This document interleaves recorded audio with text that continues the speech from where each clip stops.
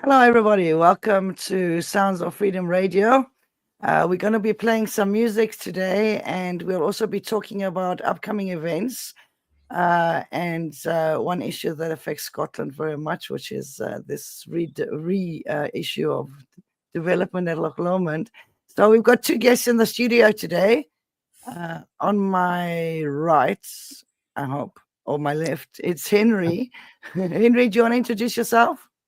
Good afternoon, Jim. Yes, my name's Henry Newton, and I used to run True Radio 1 until I got hacked on Facebook. But we won't go into that. We'll talk about that later, maybe at some other time. Okay. And you run the We Are More Than 45 Facebook page. That's correct, yeah. I've been doing that for over 10 years. Okay, so Henry's only 21. And then we've got another guest on the studio. Do you want to introduce yourself?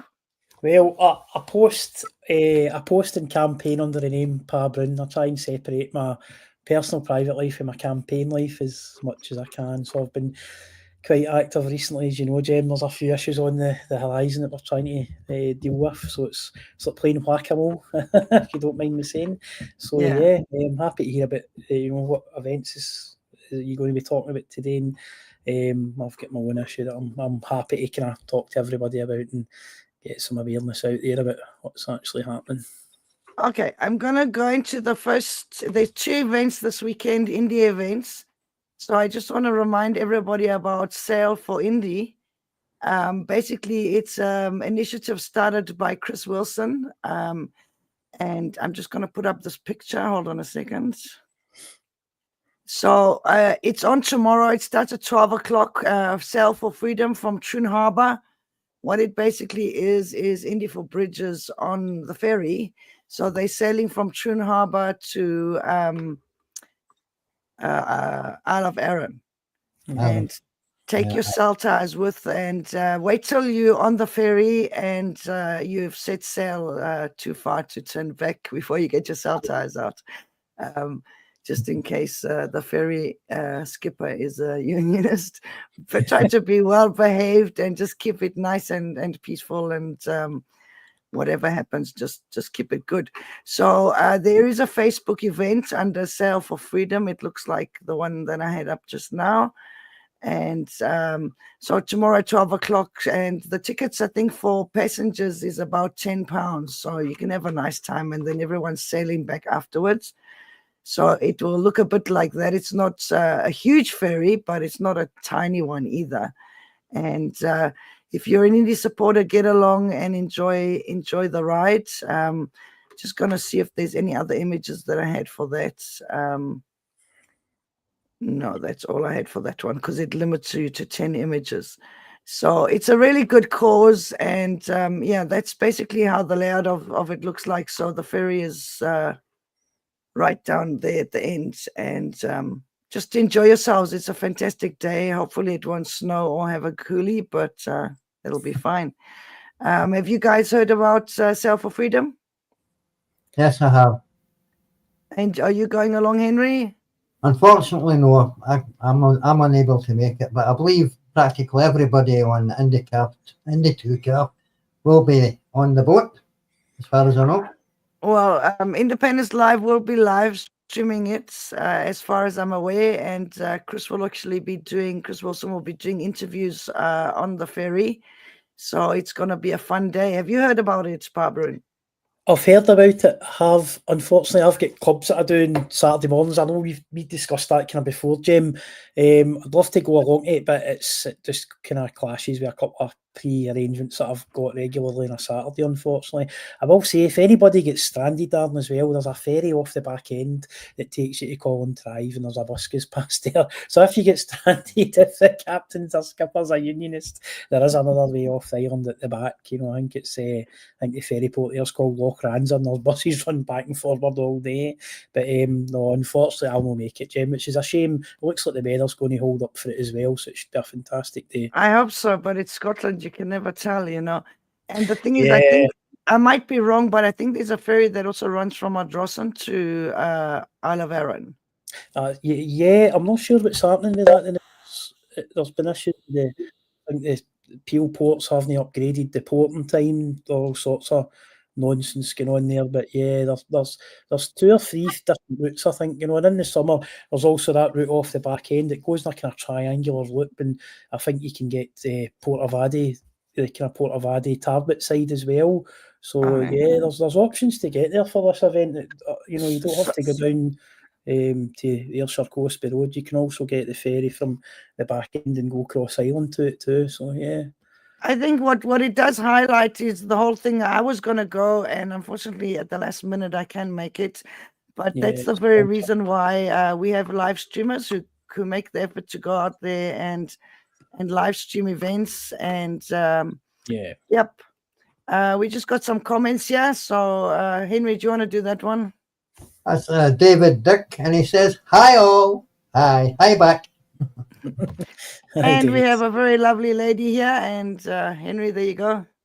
Lorna McDonald. She just says, "Hi guys," and I believe she's the member of Indy 2CAF. I believe so. Better believe it. She'll kill me tonight. Okay, so I'm going to go on to the next event that we have this weekend, and that is Netherlands for Scottish Independence. Now, once a year, they have a march in the Netherlands for Scottish Independence, and this year they're doing it slightly differently. They're going to have an online virtual rally for Scottish Independence. So basically, there's going to be like a Zoom link, I think, and it starts at 11 p.m. Is that right? From 11 p.m. Scottish time. Well, that's what it says. So that's tomorrow, and there's a Netherlands for Scottish Independence Facebook page, and there's an event. So just check it up. But I've taken this from there. There's going to be some speakers: Sarah Saliers, Colette Walker from ISP, Pat Lee, James Scott from Scottish Resistance, Gwen Sinclair, and Colin McPherson. And then we've got some musicians as well. So we've got Amanda Brown, Graham Dallas, Judith Varley. I think they spelled her name incorrectly on this one. And Tina Ginneman. So it looks like a fun event. So yeah, I think obviously the time must be right. And we've got another comment here. Gail McTeer. Gail McTeer, loving the Pa Brown stuff. Aye. Aren't we all? Yeah, excellent. I just wish I had more time to do more. I'm burning out my graphics cards at an exponential rate down here. Okay. I'm going to put on a song now, I hope you don't mind, and then we'll get on to the next issue, which is actually very important, and it's about Loch Lomond. I'm just going to put on a song and get myself some coffee, so I hope you guys don't mind. Just remember to mute your mics. And I'm going to play a jingle and then a song. So here we go. Every revolution needs a soundtrack. Find yours on Sounds of Freedom Radio.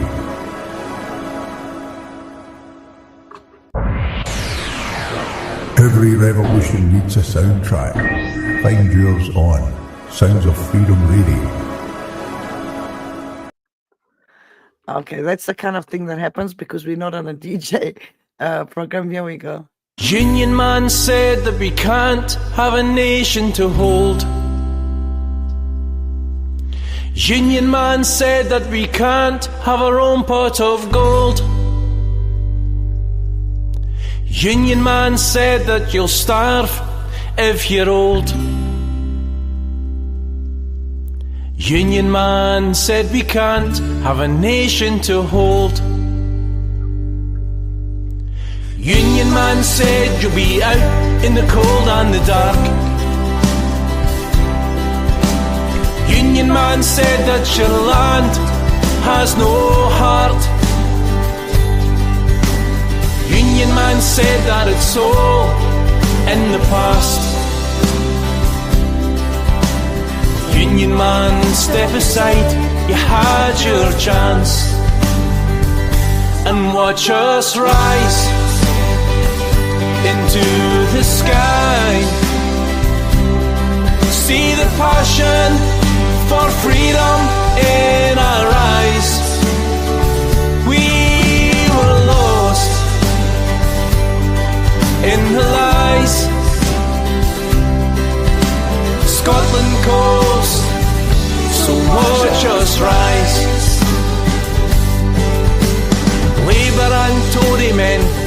knows that we are too weak. As they celebrate victories won by the man on TV. Too many questions and too many answers, you see. Cheap points, fear stories and lies by the BBC. I can see the road ahead, we're so close. We've travelled so far, and this time everyone knows. We must say thanks to the ones who fought for this land. Freedom for me and you, and Alex the man. So watch us rise into the sky. See the passion for freedom in our eyes. We were lost in the lies. Scotland calls, so watch us rise. Stand in the square, show us you care, fly your flags. And if you're a no voter, join us, you won't be the last. Forget the old days, we won't bow down to the man. Scotland's nation will rise by the work of our hands. Scotland's nation will rise by the work of our hands. So watch us rise into the sky. See the passion for freedom in our eyes. We were lost in the lies. Scotland calls, so watch us rise. Oh, Scotland calls, so watch us rise.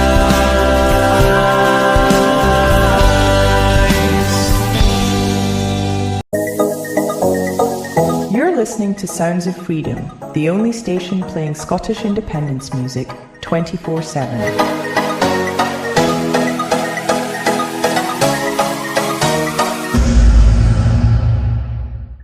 Okay, we're back on air, guys, and You're listening. it just made another flopsy. Okay, so what we're going to be talking about, and that's why Pa Brun is actually here. We're going to be talking about Save Loch Lomond. And this is a really, really important thing because it's already been squashed like, I think twice. Am I correct? Yeah, I think this is the third time. I mean, I'm no doubt Sam would correct me if it's about who runs the Save Loch Lomond campaign, but to my knowledge, it's been 3 times. But this has been going on for years, Jem. The seeds of this were sown, many, many years ago for England after playing the wrong game on this. They were taking advertisements out in, strategic places, I'll say. Even before they had the exclusive rights to use that land for their development. So, yeah, it's been a very long time baking this particular cake. Yeah. So this is it's a very serious issue because when it's been actually rejected twice and there's been petitions and all this, and then it comes up again. Yes. It's like, how is this happening? Are they like, basically, I'm going to say it, like basically bribing people to put it back on again because it's going to cause immense damage to Scotland and the area there, and people don't want it. I'm happy to talk about some of that later on in the conversation, Jem. And what I will say is even people who are for this development, even people who want to support it and want to see it go ahead, and there's a few of them in the area as well, to be fair, it should worry them how easy it is to circumvent democracy. I mean, the overwhelming objections to it in the way that it was, I mean, I'm just across the road from the Trossachs National Park kind of building just now, and SEPA knocked it in the head. I mean, getting round a SEPA objection, these things are hard. I mean, as far as I can understand, getting round these kind of objections isn't commonplace. So, I mean, even if you're for this, the fact that democracy can get circumvented so easily, that should raise concerns for everybody, no matter what side you're on. But I mean, I'm totally against it, as are, I mean, the Save the Loch Lomond campaign, they've laid out some very strong reasons. They've had support from a lot of professional bodies. We've had SEPA, even the National Park, who at times have had a kind of tumultuous relationship with the local community, I'll say. They eventually came out and they spoke against the development going ahead, which to some ways was a little bit of a surprise. But for it to come back onto the table a third time, we're totally speechless. Totally speechless. Is this not a case very similar to Grangemouth, where twice, I think it was Alex Salmond actually managed to stop Grangemouth being closed, and then he come up for a third time, and we were like, this is not happening because they can actually issue a CPO, which is a compulsory buying order, and prevent this from happening. And we're like, what the hell is going on here? This is not about selling Scotland. We are not a circus. We are not an entertainment park. We're not a tourist only venue. We live here. Yes, yeah, and I mean, all jokey memes put aside, I mean, the serious side of it is, I mean, there's some of us locally are looking at the mechanisms of a judicial review, but the bottom line about that just now is it's prohibitively expensive. And like you're saying about the whole CPO thing with Grangemouth, but the problem I think we're facing here is this land was promised. First of all, it was zoned for tourism development. From my understanding, that's a huge problem. It should never have been zoned for development in that manner. And it's been promised to Flamingoland as an exclusive deal. So there's a couple of different issues there.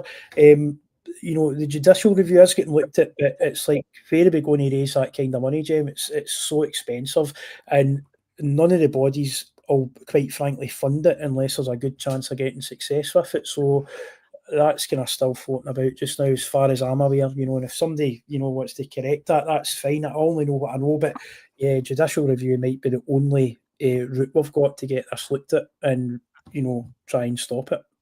I think it is a bit more easy, sorry to interrupt you, to raise money. And let's just look at something that I mentioned in the Grangemouth thing.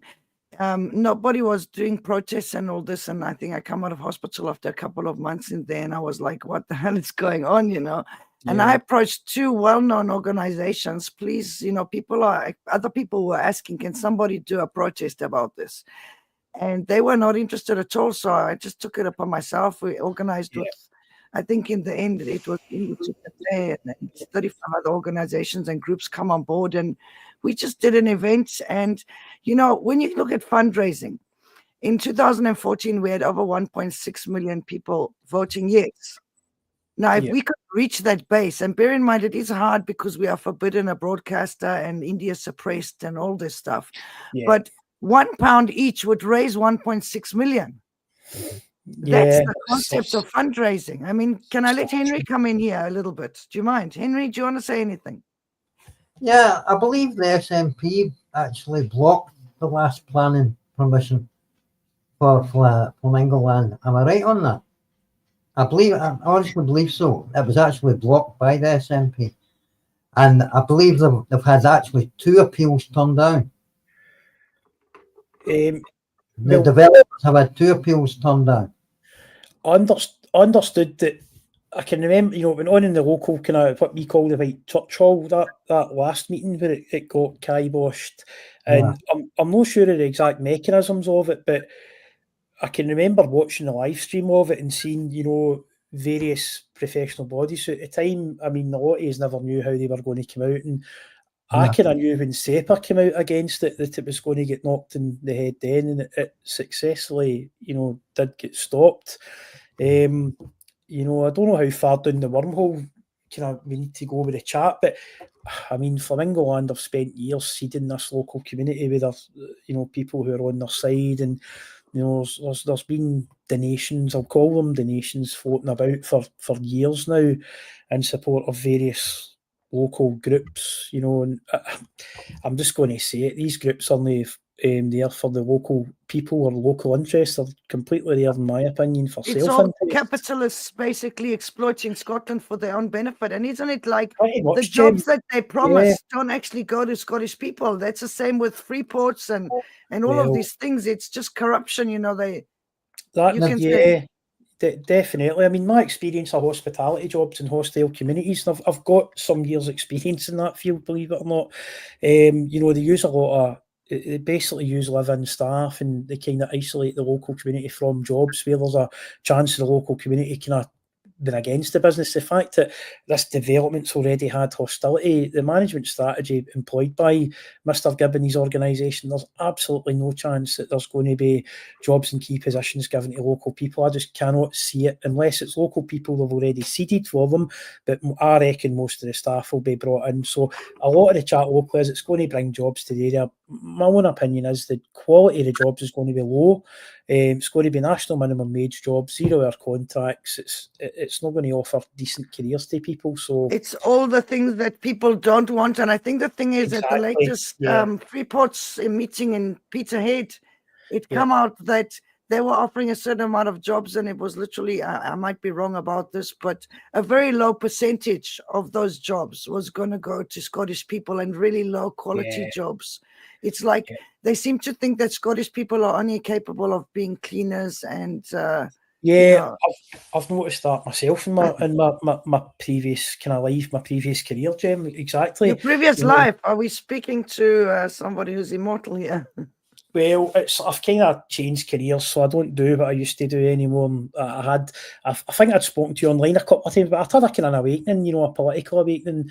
You know, I used to work in hospitality, and you know, I've seen both sides of this argument we're having right now. It's not the right day to get into details in that today, but it's it is what it is. So when I speak about my previous life, I'm talking about 10, 15 years ago when I was, you know, possibly working for companies that were quite similar to Flamingo Land all over the UK, doing a job that Isn't that the thing, though? Once your eyes are open, I mean, I used to work for a really large petroleum company overseas, and obviously I needed the money and all sorts of things, you know, but after a bit I was like, I don't actually want to do this because I don't like what happens. And like in Scotland's case, I think it's really important that we keep Grangemouth open and that we do open an oil fund, seeing 100%. What's happened in Norway and what can be done to help people, you know, this is vital. But in that case, it was very different actually. And I didn't want to do that. So I just left the industry, and it was a profitable one, but I didn't want to be involved. Yeah. Can I just ask? Sorry. For me as well, Jim. I just want to ask Henry. Yeah. When it basically comes to Freeport, they did a survey and actually found out that there's not even enough unemployed people in Scotland to fill all the jobs. Mm-hmm. Well, it's huge areas. I mean, the Freeports and 78 SEZs, it's huge areas that they've literally sold off, and it's appalling. Yeah. Basically, I see it as a land grab. It is a land grab. And local councils and that have got no say in it. It's more than a land grab, because I think a lot of people are noticing this. And listen, nobody's got anything against people from another neighboring country being in our country if they are friendly and they like independence and respect our people. But when there are hostile people in huge masses and many cities and villages, people are saying that they can actually find their own people there, because it's like people who don't want to integrate, you know, specifically from the colonizer side, and very hostile towards Scots. And there are many people who are very, very friendly, and we embrace them with open arms, honestly. But it's the same thing with Flamingo Land. It's not against flamingos, you know. Like I was saying to Pa Brun earlier on, you know, like on the Outer Hebrides, you get grey-leg geese, okay. And they've actually altered flamingos either. Flamingos are exactly. It's Flamingo Land, it's a problem. The grey-leg geese have actually, sorry, Henry. The strange thing is, when all this started about the free ports, they were calling them green ports. Yeah, I think that the SMP line is that there are green free ports, but like green is just not more than a color, you know. Yeah, but it's there to fill the public. Yeah. It's there to fool the public. It's got nothing to do with being green. It's as simple as that. Nothing at all. And it's the same with net zero. Net zero, many countries are actually realizing that it's actually not about eco. These batteries are very dangerous. They're extremely combustible. Yes. They are very, very toxic. They're situated near schools. That'll be another program. I just want to mention something here. With grey lag geese, okay, they've altered their natural migration pattern, okay, their destination, because their whole environments have been almost destroyed and encroached upon, okay? So areas where they used to go are now urban sprawl. There's all these turbines in massive amounts that affected their flight paths and, pylons, many, many things, and 5Gs confusing them. So they started going to the Outer Hebrides. And what people are feeling is these animals are coming in here and they're like literally eating our crops and blah, blah, blah. So they start shooting them, which you can understand to a certain point. And then what we were saying to them is like, listen, grey lag geese actually mate for life. So if you kill one of them, their partner's going to mourn for the rest of its life. So rather plan it. So it's actually like done in a nice way, and don't just leave them lying there in the fields. They're really tasty. Look at it as a gift from God. We had famine in the past. You can actually make a really nice roast goose, and people, they started selling, like goose pate and the wild geese and doing it in a nice way. So it's not the flamingos we're against. Okay, sure, they're an invader species. No. But migrations patterns, if they change naturally, is something to look at, but not for commercial use, that Scotland becomes a circus and an entertainment park for colonial profits, and they're damaging the environment. Is there anything else you wanted to say, Henry? Well, basically, the roads in Ballach won't be able to handle all that extra traffic. I mean, it's bad enough during the summer. It's chock-a-block in the summer. And that's just local people or people coming up for a wee holiday, or maybe take a wee sail up the loch and onto some of the islands. But you're going to bring all this extra tourism in. Obviously, they're going to have to do something about the roads, which means that more of the environment is going to be taken away. And it's often people's, like, one of the few routes down to Oban and where the ferries go from and where people live. I think there's a total disregard for people living there. And this is something to think about, okay, I know I saw a documentary about there's a little island in Loch Lomond, I think it is. I might be wrong, correct me, that's got some wallabies on it. Yeah. Yes. So wallabies are an invader species, but they kind of it's non-offensive. They can't go and infest the whole of Scotland and all this, but our own wildlife is under risk. There are many, many Scottish species of animals, including Scots themselves, that's literally registered as critically endangered, and we've been prevented from breeding in the past. So let's just think about the harm done to our environment. I mean, you live in that area, Pabrun. Do you want to tell us about that? Yeah, I mean, the wallabies have been in that island. I mean, we used to have a boat in the loch when I was a kid, and the wallabies were there. The wallabies, as far as I know, have been there, 60 years. I'm sure, there's a whole backstory about that. Did you say 68 or 628? Sorry, 60 years, as far as I'm aware. Something like that. There's a whole story. I'm pretty sure it's been uploaded in Wikipedia, a whole backstory about it. The island I saw a documentary about it on YouTube. Yeah, that's fantastic. I mean, if people search for that, that would probably really informs. Maybe I should watch it as well. But I'm amazed they can survive in the Scottish climate because it's so different from their own. And the same for flamingos. Flamingos have to actually eat a lot. Their beaks in the water sifting out plankton and algae. Can you imagine? There's little things in the one leg in the gale. It's not going to work. Yeah, they eat small krill and bits and pieces like that. I mean, as far as the wallabies go, I will say my own experience of Loch Lomond in the winter, it is a little bit of a microclimate. I'm not going to say it's not cold. It is cold. The water's freezing. But, round about where that island is, which is quite close to the village of Luss, there is a little microclimate up there. And, it's not as unpleasant as it is over the other side of the loch, the east side. But it's also not like the River Valley in Africa, where they actually originally come from. And there's certain minerals in the water that actually make them that pink color. They're born grey, and this is not in our water. There are so many species that are Yeah. Scottish, that are being literally shot, which people used to live off. Now we've prevented from it. It's called poaching. People come in here like from other countries and shoot all of the grouse, for example.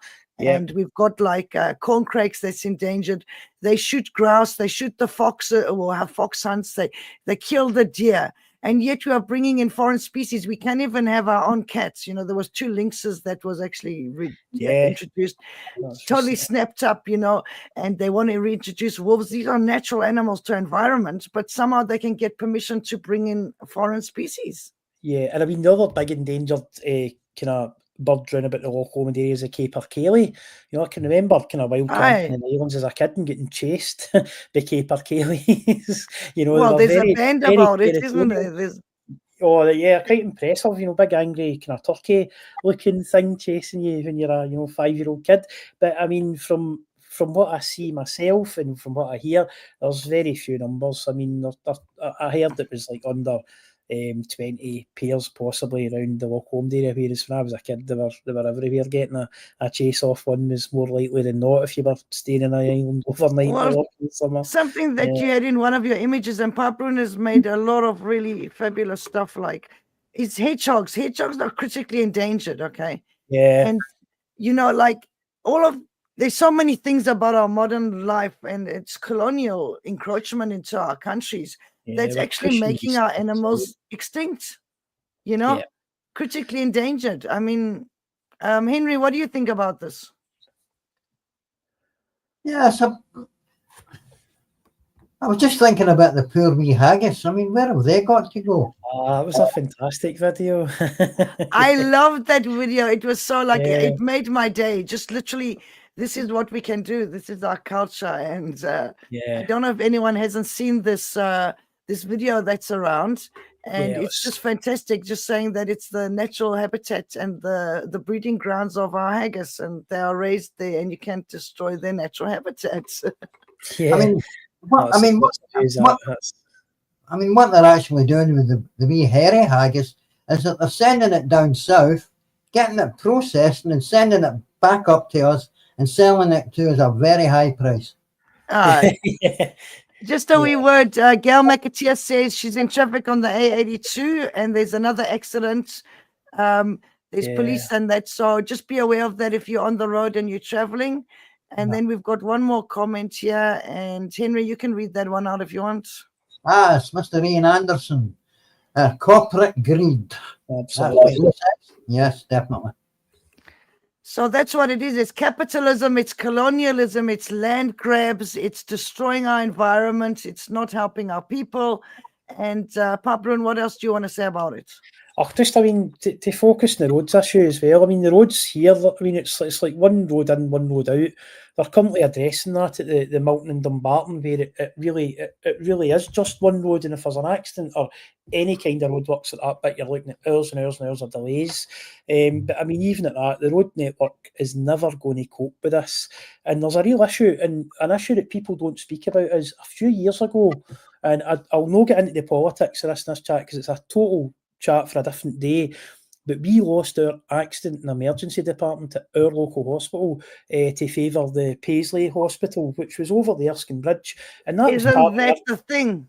Well, that was part of the argument for getting the tolls taken off the Erskine Bridge, because we had to travel over that. So, I mean, you're paying a toll to go to a hospital with an emergency, or you've got a broken bottle stuck in your leg or something like that. So there's that whole issue there. But basically, if I go out in Balloch tonight, I slip, trip, fall on cobbles, I split my head open, an ambulance comes to get me. That ambulance has to get me from Balloch, from here to Paisley Hospital. It has to get me to the Royal Alexandra Hospital. If this was a weekend kind of evening where everybody's travelling back home for the Highlands, Fort William, all these kind of places, and we've got loads of inbound tourists. traffic as well. Yep, the ambulance can't get through, and it's okay. The traffic does part. I've seen this with my own eyes. I've been part of the traffic. I've drove up on the grass verge to let them through, but it takes time. I mean, the ambulance is going, between 10 and 15 miles an hour while this is happening. It's basically, it's a 16 and a half, 17 miles journey. So adding to this traffic before we address the infrastructure, it's absolute crazy. I mean, it shouldn't. I mean, they really need to look at that. They need to look at the safety of local people and the availability of being able to get to accident and emergency. I mean, there's loads of Absolutely. issues, but that for me, that's a main one. I mean, I'm bringing up kids here, you know, and if one of them has an accident, I don't want a couple of hours delay in getting them to accident and emergency, Jim. You know, and Can I mention something as well? Like, okay, obviously there's 2 roads on either side of Loch Lomond kind of thing. Okay. yeah, But there's huge I used problems to- here as well. Yeah. I used to breed horses, and I was constantly. We were on the other Hebrides. So we would travel up to the Highland Show and then back down to Oban, across back to the Isles, and I had like a 6 to 8 birth horse box. That road is not wide enough for that. Okay. Now Yeah. think about this. These people build this development, and then they employ a whole lot of people from their own country, right?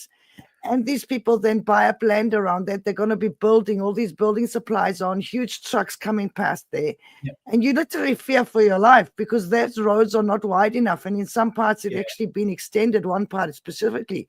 And it Yeah. almost goes over the water a bit. I mean, Yeah. these roads, there's landslips, or we can have this. It's a precious area, and it's threatened as it is. The other thing, you've touched on a subject here as well, Jem, and it's about buying up patches of land. The people behind the Flamingo Land Development, they've already successfully bought lots and lots of land down here. It's just all small plots, and if something comes up for sale, I mean, I don't know the full extent of it because it's very difficult for someone like me to dig to the bottom. But I've dug a little bit, and they seem to own quite a few different patches of land. So when, I mean, if this development, if it goes ahead, I'm pretty sure there's going to be other things that they do around about that, and they're going to continue to push the boundaries of that planning application. You know, the conditions that they've been given, I've got no doubt in my mind they're just going to continually push against those boundaries and join up their patches of land, and it's going to become a behemoth. The people locally who kind of think it's not going to become a theme park, you know, I reckon that's their end goal, is to have a full-on novelty bells and whistles theme park. And the fact they're buying up so much land and networking so successfully in the local community says to me that's probably on the cards. I think the biggest problem is that I forgot. It's my dementia. I get that too. Oh, it's about tourists, right? Sorry, I get this. I've got concussion syndrome, and then I suddenly forget what I'm saying. You know, like Edinburgh in the summer is a tourist, and even in the winter, like by Christmas, it's a tourist nightmare. It's a tourist city, and you Yeah. can't move. Yeah. And people can't get housing. You know, even obviously there's student housing. It's a student town now, city, and a tourist city. But it's an absolute nightmare for people who live here. If you want to go up the town, you can't move. The buses are wrecked. It's a nightmare. And what people have to realize, you know, like, by all means, come and visit Scotland and spend money here and enjoy the scenery. And maybe we've got many expats, you know, the diaspora. But we are not a theme park. And this is something I want to mention, really important. Everything from the Edinburgh Fringe and all of these things doesn't come to Scotland. It goes straight to Westminster. And that's what it is. It's a money harvesting thing, and it doesn't benefit Scotland. Yeah. You know, people tend to worry about the here and now. What they never think about is 5-10 years down the line. Now, if Flamingo Land gets that permission, guaranteed they'll leave it maybe 4, 5, 6 years, and they'll want to expand. That's where the problem is as well. Yeah, and there's very often not any protection, and this is the same with the free ports and the other thing, the SEZs, is there's no protection for, those are permanent areas that are sold or whatever. And should we be selling land, Scottish land, to other people from other countries, because other countries don't do this? There are many other countries that have literally said nobody else can own land. They can live here, they become naturalized citizens, whatever the case is, visitors, tourists, but you cannot own our land. And being colonized, this is a huge issue, that most of our land is in foreign hands. Yeah. There's deliberate asset stripping as well, especially when we're talking about great. I mean, that's basically another story within itself. Yeah. And as far as I'm concerned, it belongs to the people of Scotland. It was actually the people of Scotland, the taxpayer, that originally put an investment in to get Grangemouth up and running. Yeah. We're being robbed again. Yeah. It's like they privatise profits and they publicise losses. You know, it's like we're also going to be responsible for cleaning up of Grangemouth as well. And no matter what they say, it's we're going to clean up. We've got an ESO site in Western Bartonshire as well that the public's had to pick. It's had to pick up the tab for cleaning that site. You know, and you have to dig down so far. You know, the soil has to be taken away. Whatever they do, it's very, very expensive. It's the site that's getting cleaned off in Dumbarton is to actually build this new road to alleviate some of the traffic problems I've been talking about, to give an extra way out the town. But I mean, the bill for cleaning up that site has run into millions and millions, and we've got a local authority that's in debt. So it's catastrophic. I mean, Jim Radcliffe's basically been allowed to walk away from Grangemouth. He's just done that with his hands and washed his hands of it, and we're going to be responsible for cleaning that site up while he gets his multi-billion donation for building a new Old Trafford. So Can I ask you something, Pabrun? Tim Holden, does the name ring a bell at all? Who? Sorry, Tim Holden, is he involved in the development? Not to me, Jim. Because there was somebody in the comments literally say that we're talking. I'll use the polite word pish, and saying that it's nothing to do with colonialism, it's nothing to do with corporate greed and all this, like literally criticizing ourselves and saying hedgehogs is only in danger because of like irresponsible activists and all this. But I think he's just. Well, I'll say this, Jim. I was down in that site last night. I went down there last night and had a wander about, and there is animals living there in those woods at the moment, and the animals are going to either get relocated or they're going to get killed by the machines. And people can say we're talking rubbish, and I see this all the time. And that's I think this guy was just an agitator, and he's literally got an agenda, and he was just being really abusive in the comments. So I just wanted to check. As far as I'm concerned, it's like they're entitled to their opinion, but somebody put a video up on the Save Loch Lomond site last night of the hedgehogs, the rabbits. It's there. The evidence is there. So I mean, you can turn around and deny the evidence, but we're not making this up. This is happening. If you want Flamingoland to go ahead, that's absolutely, you're entitled to that opinion. But it's like, if you're going to make an argument, come to us with a decent argument. Don't tell us we're talking. I'm just going to say it, shite. We're not talking shite. This is happening. This is true. Be careful what you say, Anya, because it reflects on our whole page. It goes on social media, and they've got rules. That's the only reason. Yeah, sorry. But I understand what you're saying, and the thing is that in many, many cases, and I know where I used to live, they wanted to build there, and there was a lot of hedgehogs living in the the undergrowth and the bushes, right? And they literally chopped down the bushes, removed all the hedgehogs, and we were telling them, like, listen, hedgehogs are critically endangered, don't chop down the bushes. And they were like, oh, rubbish, they don't belong here, they invaded species. And we were like, they're not invaded species. And they wouldn't listen to us. They just destroyed the entire habitat and didn't give a damn. Yeah. Same. I mean, I don't know how to answer people. I just cannot understand how you would be for this. And it's one of those ones, Jem, it's like, what do you do? I mean, you're going to turn in a decade's time, and if they do go ahead and build it, it's a time will tell. And it's like, what do you really, one's fighting against it now? And if it looks like, the tide has turned against the movement, there's no point denying that at this moment in time. The tide has turned against us a little bit here. And if they do get to build it, I'm pretty sure it will come to pass that this is going to be an absolute disaster for the local area. And can I just mention something? It's like when something's been petitioned, and nobody wants it, then they do it again with how much of a short time span, and again it was rejected, and again they're telling us we can only have a referendum once in a lifetime. It's just this total hypocrisy of the colonial regime, isn't it? Yeah, and it's also that whole thing, if you want to talk about the whole 2014 thing, it's like there was a lot of lies told. So, I mean, as far as I'm concerned, that whole, it's been built on lies. People voted for lies, and that's what I mean by sitting a decade later. We are sitting over a decade later now, here and now, and it turns out they've told us lies. but it's really hard to, you can't turn the clock back. But I mean, people need to wake up, you know what I mean? It's, once this is built, there's no going back, and it's going to grow massive. And the same people who are saying go ahead and build it, your same gentleman who's been on here saying we're talking rubbish, I'll use that word this time, Yeah, is the same Tim gentleman Holden.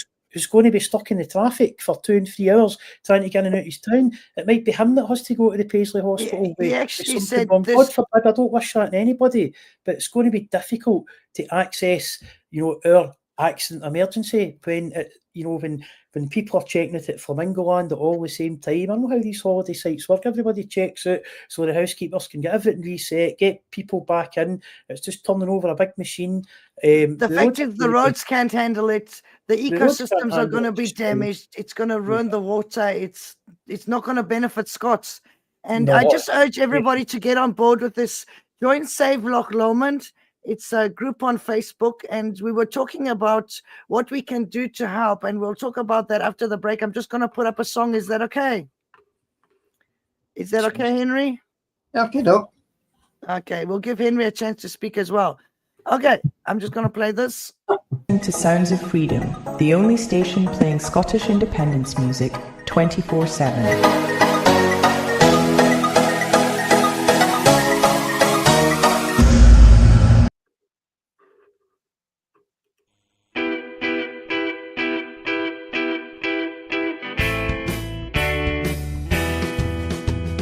Sitting here thinking, but I can't understand why you think you had the right to do those things you planned.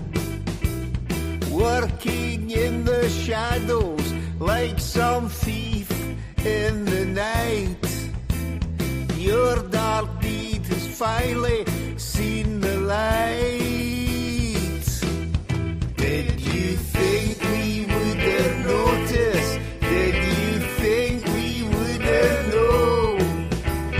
Just because you can doesn't make it right. And so, with no more than a map and a pen in your hand, you redrew the border and stole Scotland's land.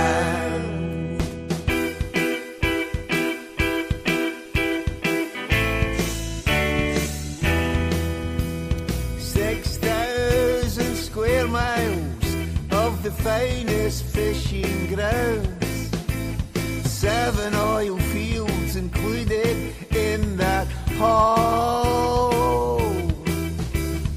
No negotiation, no one there to see, carried out in total secrecy. Did you think we wouldn't notice? Did you think we wouldn't know? Just because you can doesn't make it right. And so, with no more than a map and a pen in your hand, you redrew the border and stole Scotland's land.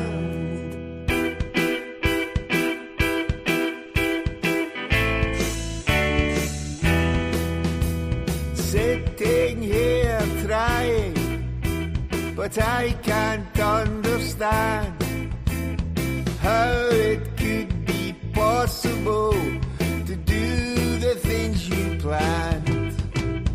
Creeping in the shadows with a simple sleight of hand, you came in and stole Scotland's land. Did you think we wouldn't notice? Did you think we wouldn't know? Just because you can doesn't make it right. And so, with no more than a map and a pen in your hand, you redrew the border and stole Scotland's land. What you wanting? Some music. We'll get your cell over to Sounds of Freedom Radio.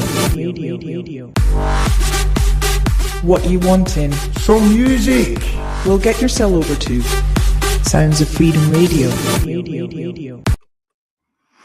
Okay, so I apologize for the wee flopsy there. It's quite difficult because we're not working on a DJ program, so it just auto repeats. Just a reminder for everybody, Sail for Freedom tomorrow at 12 o'clock from Truman Harbor. It's a fantastic event. Take your sail ties and behave yourselves and enjoy the day in the sun. If you want to join the event, Sail for Freedom. And there's also Netherlands for Indy. It's basically an online rally. It's got speakers and musicians. There's going to be Amanda Brown, Tina Ginneman, Judith Varley, and Graham Dallas. And there's going to be speakers. It's going to be lots of fun. It'll be on a Zoom link. So check out Netherlands for Scottish Independence. And we're just talking about Save Loch Lomond. I'm just going to give Henry a chance. Henry, is there anything else you want to say about anything? Well, I mean, even try to drive through Dumbarton city centre on a Saturday. It's terrible. I mean, even the buses find it difficult trying to get through Dumbarton. So if there's blockages leading into Flamingo Land, people will try and find other ways to get there. And obviously, the only thing that I know is that there's only one other road, and that is through Dumbarton. Yeah, I mean, we've got zoos and all these things, and we've got a safari park and all sorts of things. And yes, of course, there needs to be a certain amount of development in certain areas, but it needs to be Scottish, and it needs to be honest with the Scottish people and not damage our environment. We're not a zoo. Just talking about what we can do to help highlight the cause for Save Loch Lomond, because in 2 previous instances, there was petitions and it was actually rejected.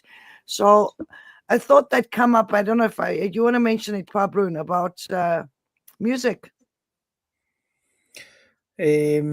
Just lead me into that conversation, Jem, sorry. Okay, using music as a medium, because in all countries in the world, they've used music for protest, and there's been Band-Aid and different organizations that used music. It's always the writers, the poets, and the musicians that's revolutionaries and the graffiti artists.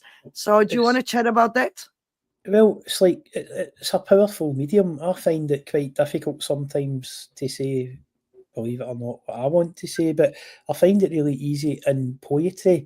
And, it's music as well. I mean, you're more musical led than me, Jem, in terms of actual how music structure of it works. But I mean, I like a good rhyming stanza, and it seems to resonate with people. I've had feedback that people really enjoy the same as they enjoy the visual memes, but they also enjoy the kind of the whole poetry and song side of it. And I think it's a good way of connecting.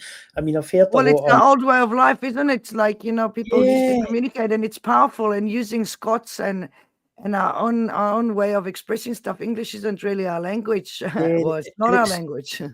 It speaks to me as well, because it's like when the first show I caught of yours on YouTube, I didn't catch it live, but you'd sent me a link and I caught it kind of later on, and I was introduced to the musical Pepper Jock, and I thought, it's amazing there's artists out there actually doing that. It's like, it's totally suppressed on mainstream media, so you never get to hear it, and it is out there if you look for it.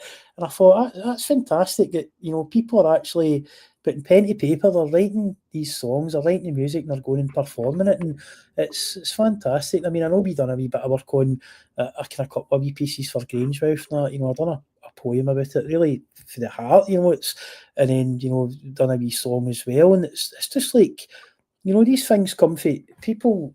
When they write these things, it comes to the heart, it comes to a kind of different place.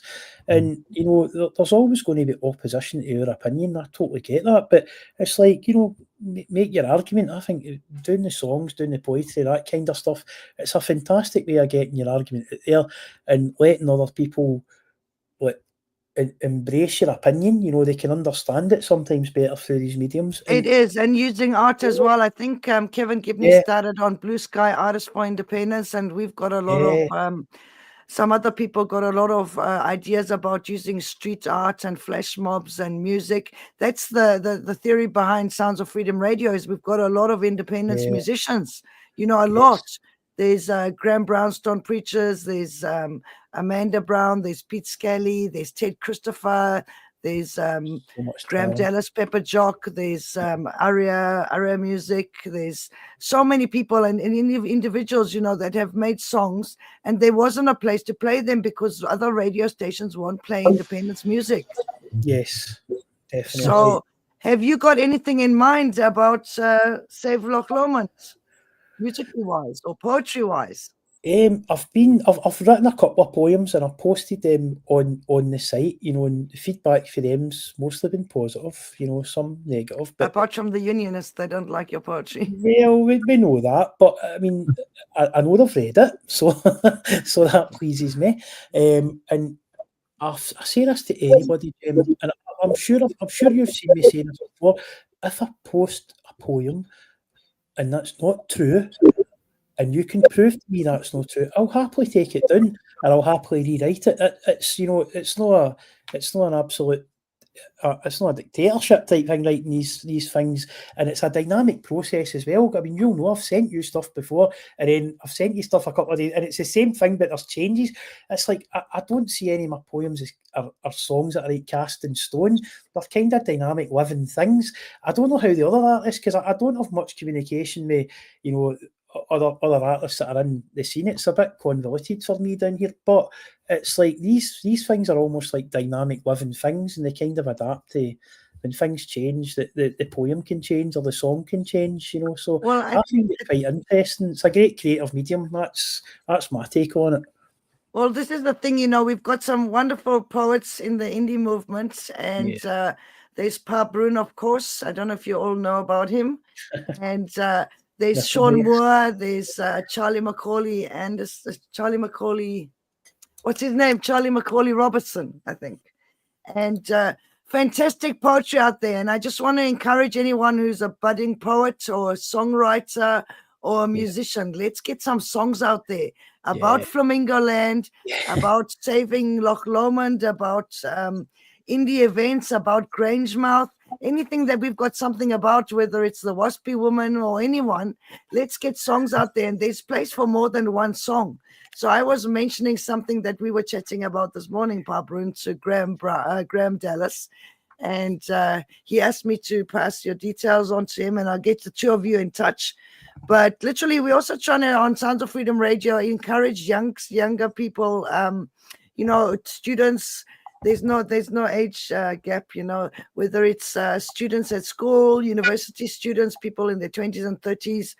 I think, you know, 30-something is pushing it, then you're nearly over the hill. But, yeah, get involved. We really want to, and we'll help you. You know, if you've got indie songs and you're an indie supporter, not just in it for the money, you know, but basically really interested in supporting indie and using your art or your music or your songwriting and poetry. Get out there, speak to us on Sounds of Freedom Radio. We've got a Facebook page, and get in touch. We can help you maybe get recorded. We're going to have good quality. Graham Dallas is literally in charge of Sounds of Freedom Radio. It's his brainchild. And he's got a quality that he wants on there, but help you get recorded. We can match up musicians with songwriters and poets and wonderful stuff. What do you think, Henry? Well, the thing is we don't really have our own broadcasting in Scotland. And what we do have is very, very limited. And it comes from a very English point of view. Yeah, but we've also got a lot of Scottish independent media. We've got the Scotland channel, we've got Independence Live, we've got Broadcasting Scotland, Sourcer. Yeah, Sourcer. Yeah. We've got a way to get the message out there, and there are YouTube channels, so people don't need to watch the BBC. Yeah. Yeah. Okay. That's me short down. Carry on, Henry. Carry on. No, you're totally right. I mean, we've forbidden a broadcaster. Yeah, that's what I'm saying. We basically should have our own either terrestrial or at least something on the Freeview or whatever. We don't have it.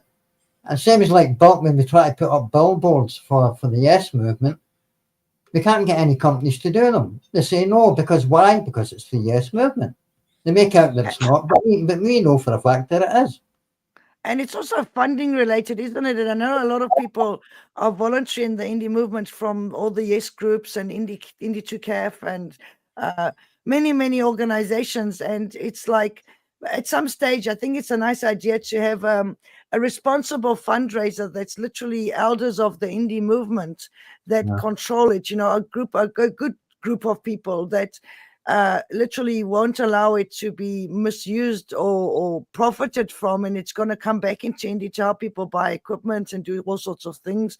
I know there's going to be an indie film coming out hopefully this year, but maybe early next year or so, of one of our musicians that's written a script, a screenplay, and it's going to be made into a video with a whole lot of people, a film, a whole lot of people in Scotland's independent media working together in a collaboration.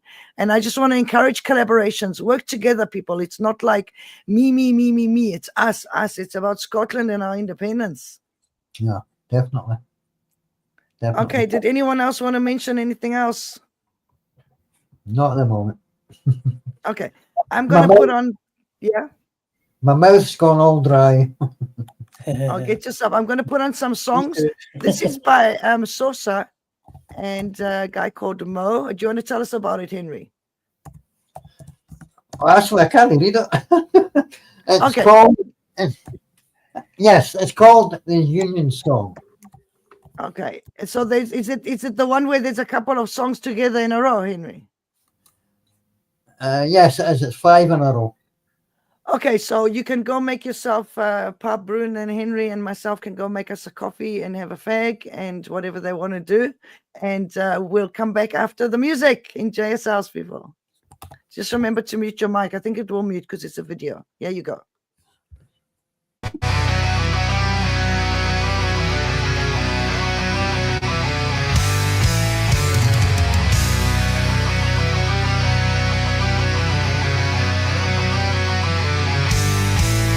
Told us dreams wrapped up in chains, told us freedom brings only pain, but all we've known is broken trust. Westminster's rule was never just. We were fooled before, we believed their lies. They took our trust, left hope to die. They swear it's different, but it's all the same.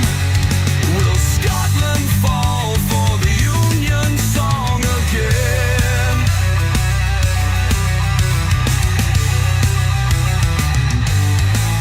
Labour's mask, a painted face, swore they'd bring us to a better place. But the red hand cuts just the same. Another master, same old chain. We were fooled before, we believed their lies. They took our trust, left hope to die. They swear it's different, but it's all the same. Will Scotland fall for the Union song again?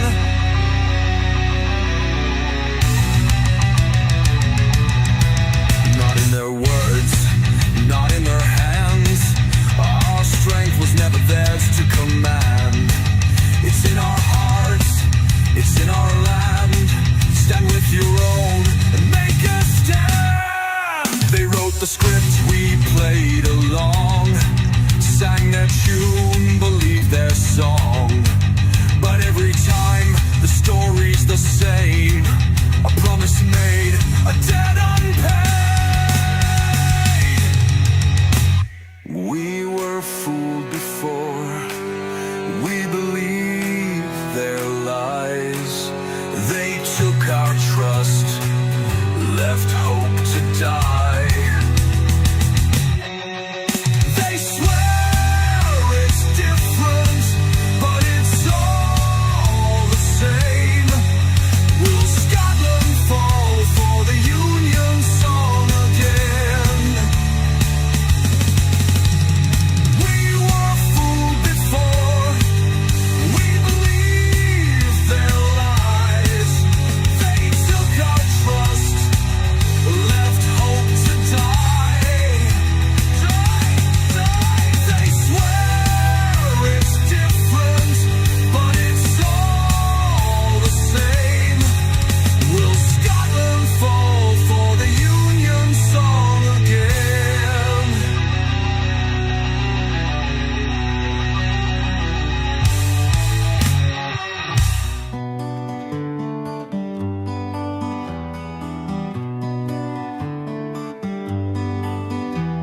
They shut the gates, they stole the keys, took the gold and left us to freeze.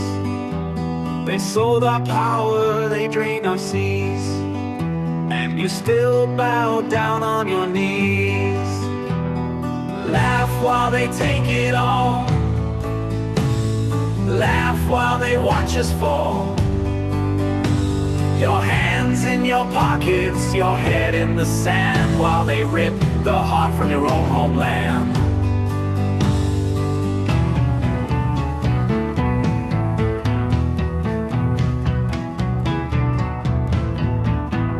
A billion for stadiums light, but Grangemout's burning out tonight. Your fuel, your homes, your kids, your pride, yet you still stand on their side. Laugh while they take it all, laugh while they watch us fall.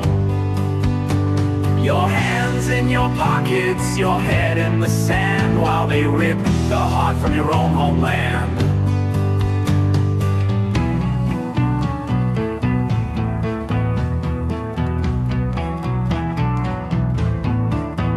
The turbines turn, the cables hum, the power flows, but we get none.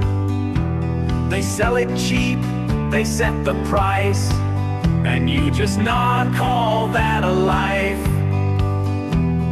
Laugh while they take it all, laugh while they watch us fall.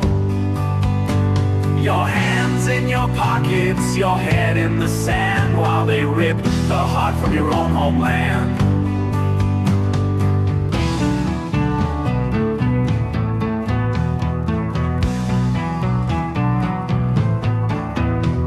Wake up, wake up, wake up, the fire is out. Your land is burning while you laugh and shout. They feed you lies, they fan the flames, and you just smile while they steal your name. Laugh while they take it all, laugh while they watch us fall. Your hands in your pockets, your head in the sand, while they rip the heart from your own homeland.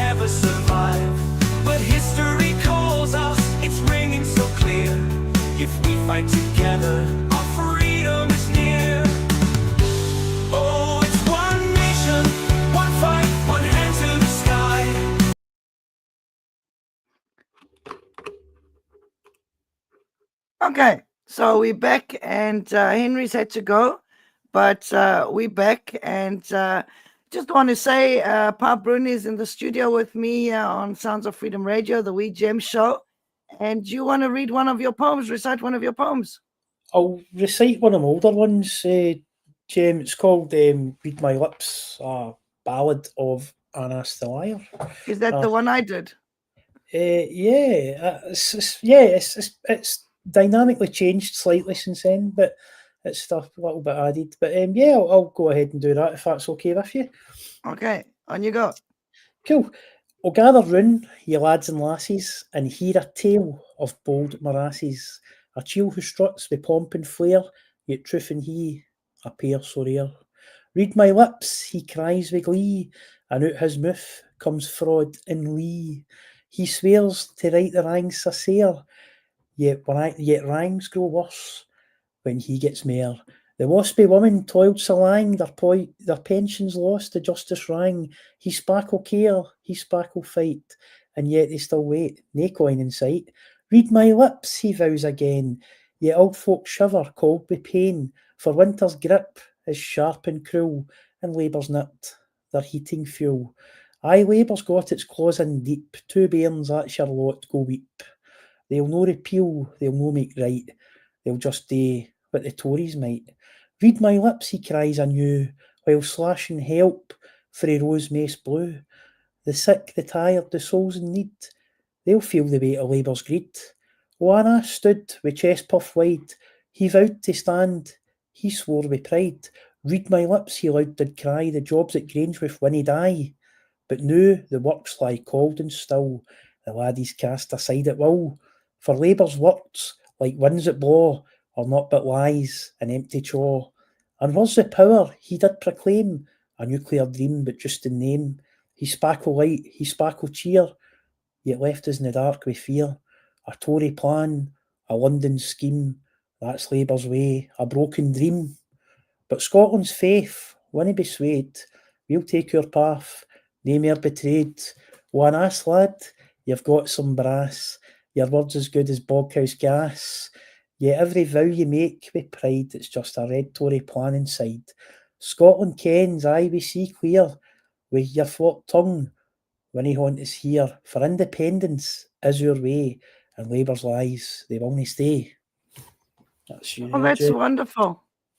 Thank you. Thank you very much. It changes all the time, so reading it slightly, I get caught out with a couple of own changes here. I've not really rehearsed it long enough to get the delivery spot on. We but did catch you on the spot. That was Henry actually telling I wasn't expecting. Can you recite one of your poems? Yeah, I was like, no, and I was like, okay, but I'll probably make an ass of it. But no, it wasn't too bad. A couple of wee stutters, but yeah, I've certainly done worse in the past. That's for sure. No swearing. No, well, I said ass. We're talking kind of donkey thing here. I'm sorry, Jem. I've got a bad rap again. No, it's fine. I started saying the word pish because I'm trying not to swear. And I think during lockdown and afterwards, with the situation that we have, one disaster after another due to the colonizer, it's like a lot of people are swearing a lot. And my uncle, my uncle used to stay with me at one stage, and he used to swear a lot. And I even caught myself repeating some of the horrendous things that he said. And I was like, why am I saying this? It certainly creeps up on you, doesn't it? You know, and as we said previously, language is such a powerful, emotive thing. Language, isn't it? So it's Well, I love the way that you write in Scots, and there's also Charlie Macaulay Robertson, and he writes in Scots as well. And I saw one of your poems, and I was like, just approached you, not knowing you from a bar of soap, and saying, "Can I sing one of your poems?" And you were very kind, and you allowed me to totally trash your poem with my voice. And it's like I've worked and lived all over kind of the UK, to be quite honest with you. I've done a lot in Scotland, and I learned a little tiny bit of Doric, and I realised that, you know, I knew so many Scottish words, and I've went back and re-educated myself that I could converse in Scots in normal day-to-day life, you know, and a lot of places, Jem, it doesn't get in well, but it's such a shame we've lost so much of our own language. Well, let's get it back. You know, like I was part of the one of the children of the clearances, but my dad was really amazing. His family come from Aberdeenshire, a little place called Moneymusk, which most of the people in there are actually like my fourth cousins and all this. And I grew up speaking Doric and Scots and Gaelic. And when I come over here, I redid some of my university qualifications on the Outer Hebrides with the University of Highlands and Islands, and I did Gaelic, and we spoke Gaelic most days, literally hardly any English. So my accent's kind of confused. Everybody's like, are you from Australia? Are you from New Zealand? Are you German? Are you Dutch? Are you South African? I use a lot of I always say I, And I find when the call centers, even for some of the, like People EE, get or it. Yeah. they're all like, blah, blah, blah. Do you agree to the terms? And I go, aye. And they go like, what? I said, it's our language. It means yes, it's aye. And they Yeah. don't get it, And one Yeah. of the funny ones, I do like every now and then I do a word of the day in Doric or Scots or Gaelic, and I did fus madus. And that means like, isn't it how are you or something? And it's like it is actually a language, and people aren't promoting it as Yeah. such, but Doric is its own language, and I think it's closer to maybe what Pictish was, because it's on the east coast of Scotland, and it needs to be preserved as a language. Yeah, I totally agree. It's these things need to be documented, preserved, and kept for future generations.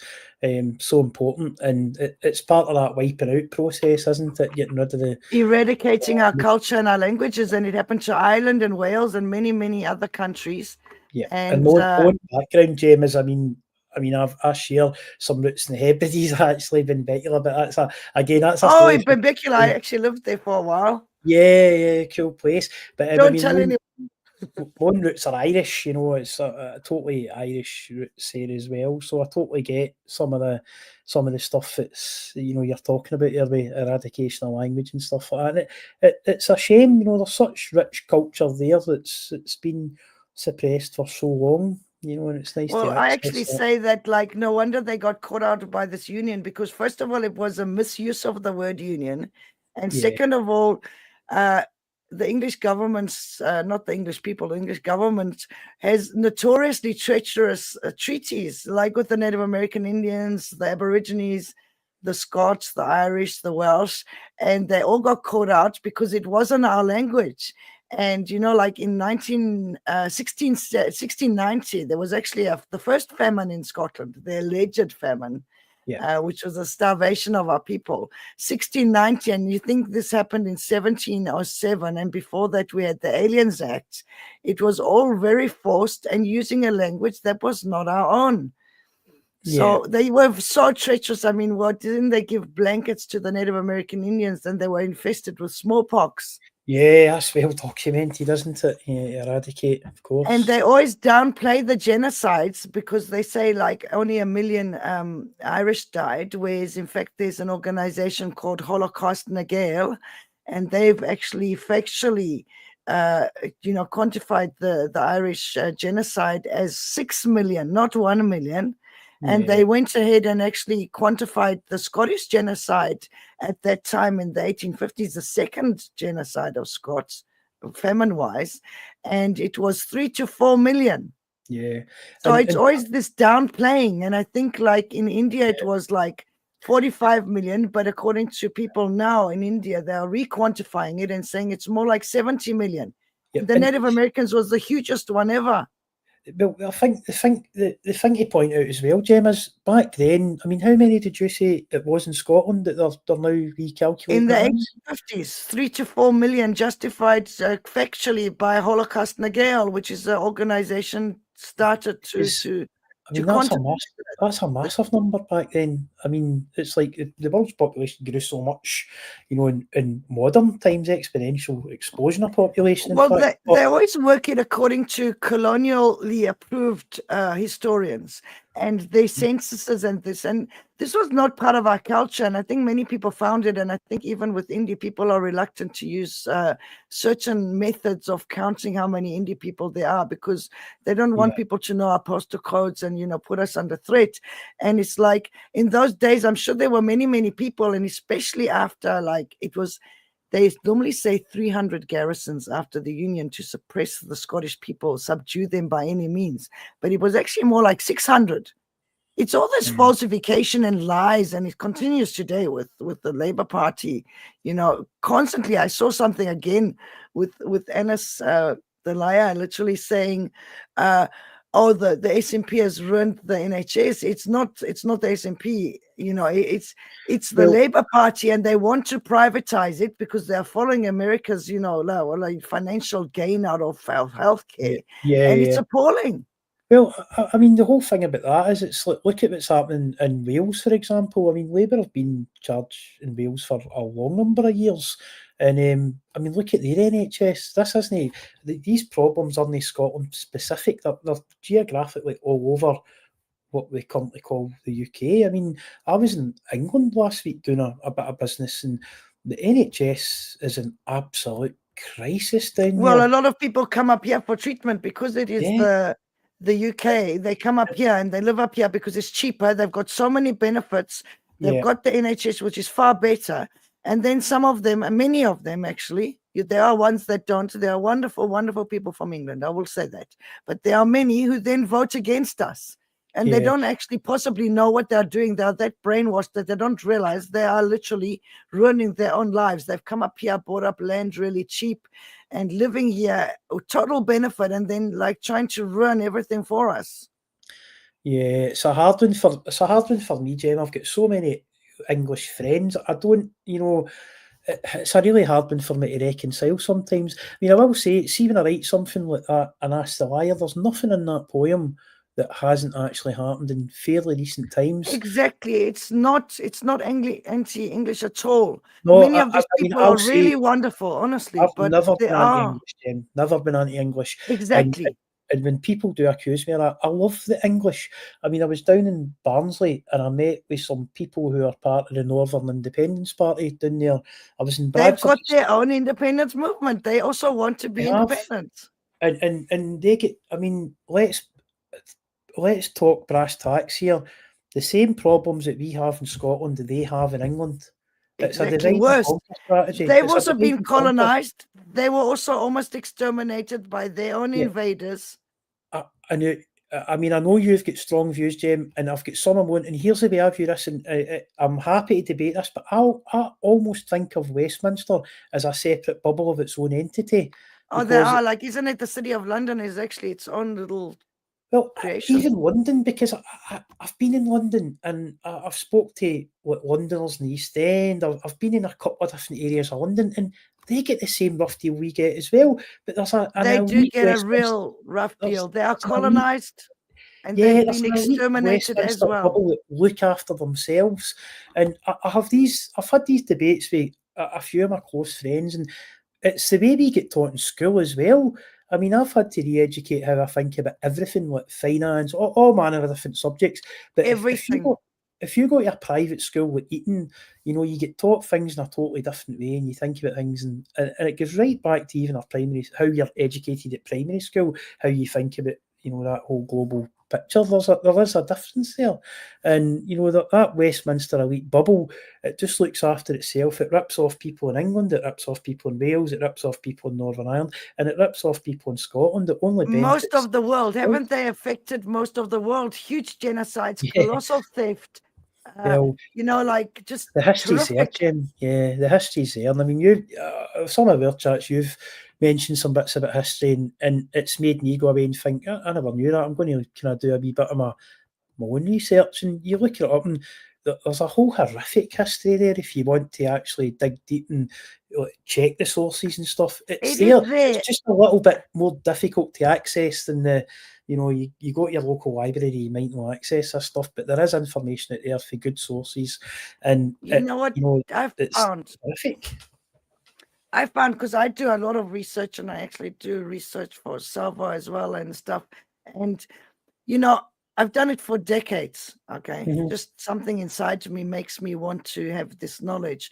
But Yeah. we've all got a bit of the puzzle. We all self-educated because we haven't been taught this at school. It's hidden. It's Yeah. literally withheld from us. They stole the Scottish Chronicles in the 1300s after the Greenwich Treaty, and they attacked Scotland. And is Henry back? Henry, do you want to come back on the show? And the thing is, it's like I find things and I put them on Twitter and Facebook and all this and other social media. Really interesting stuff. Going back even to Ptolemy, who was a Greek philosopher who literally recorded in his documents that these islands were known as the Sacred Isles of the Pretanarchy. Now, that may sound far-fetched, but this is a Greek philosopher. And within Scotland and Ireland and Wales and all this, we kind of knew it as the Britannic Isles, the Britanny. and they kind of like falsified the information. A lot of the historians, they poo-poo our natural, our ancestral knowledge. They tried to destroy it in scorched earth where everything was burnt. And it wasn't that we were savages and barbarians. We did have this. We were like literally advanced people. Why do we have so many inventors that are Scottish? They're of Pictish descent. The Picts didn't disappear. They're still here, in many cases. People have got Pictish DNA. So they tried to falsify everything. So you put it on there, really interesting, and it disappears off the internet. What you're touching on there, Jem, I'm pretty sure it's no coincidence that the library at Alexandria went on fire. It's like these are all, things disappear off the internet, or even if you find them on Wikipedia, suddenly it's edited in the last 3 months, the last 4 months, and I print off documents. So I've got the original copy, but it's no longer there. And they are literally surveilling us, and anything that we find about our history that's really interesting, they just wipe it out of existence on the internet, and many of the approved historians are just colonial, and they take the colonial side and they falsify our history. They really do. I'll interject with a wee quick story here, Jem, if you'll allow me Of course. the pleasure of telling this one. So before I had my complete awakening, I used to drive in the car, and I used to listen to Radio 4. I used to spend all day working in a really busy environment, and Radio 4 was, a strange thing for a Scottish person to listen to. But, I mean, they do say, kind of know your enemy. I was in that period where I was starting to awaken up to the bigger picture, what's going on out here. And I listened to this programme, and it was an interview with Mary Beard, the historian. And I used to think, this is a nice little old woman. She seems well educated. I like the kind of media content she's putting out. And I was listening to her on Radio 4 talking about all sorts of history, Anglican history, Tudor stuff. And I thought, this is fantastic. And then they got on to a little bit towards the end of the Radio 4 programme where she was talking that she was talking about she was a patron of the British Museum. And the person who was kind of conducting the interview was basically saying, how do you feel about returning Indigenous artefacts to people around the world who have been stolen for? And I had a real shock when she turned around quite aggressively and said, under no circumstances will we be giving back any of these artefacts. That, they belong to the British Empire, they were claimed, and, there's a huge cultural value to us stored there. And I'm like, wait a minute. I'm like, I hadn't thought about that hard until that moment in time, believe it or not. It was quite an ignorant existence, working 70 hours a week, head buried in the sand. And I'm like, this is a woman who's, I've watched her programmes, I've listened to her content. There's a few YouTube things out there I've watched, and I thought, this is entertainment, this is great. And then I'm going, how can somebody, and I started to see through the illusion. I was like, it is an illusion, isn't it? It's just created with lies and falsifications. It's like she was talking about, there was like shrunken heads, and to us here, these are things that we go and look at a glass case in the museum, and it's a shrunken head. It's a novelty item to us, but to these people, these Indigenous people, these things are so important to them. That's their ancestors. They still, they feel bereaved to lose these artefacts to us, and it's like the lack of respect for people's culture.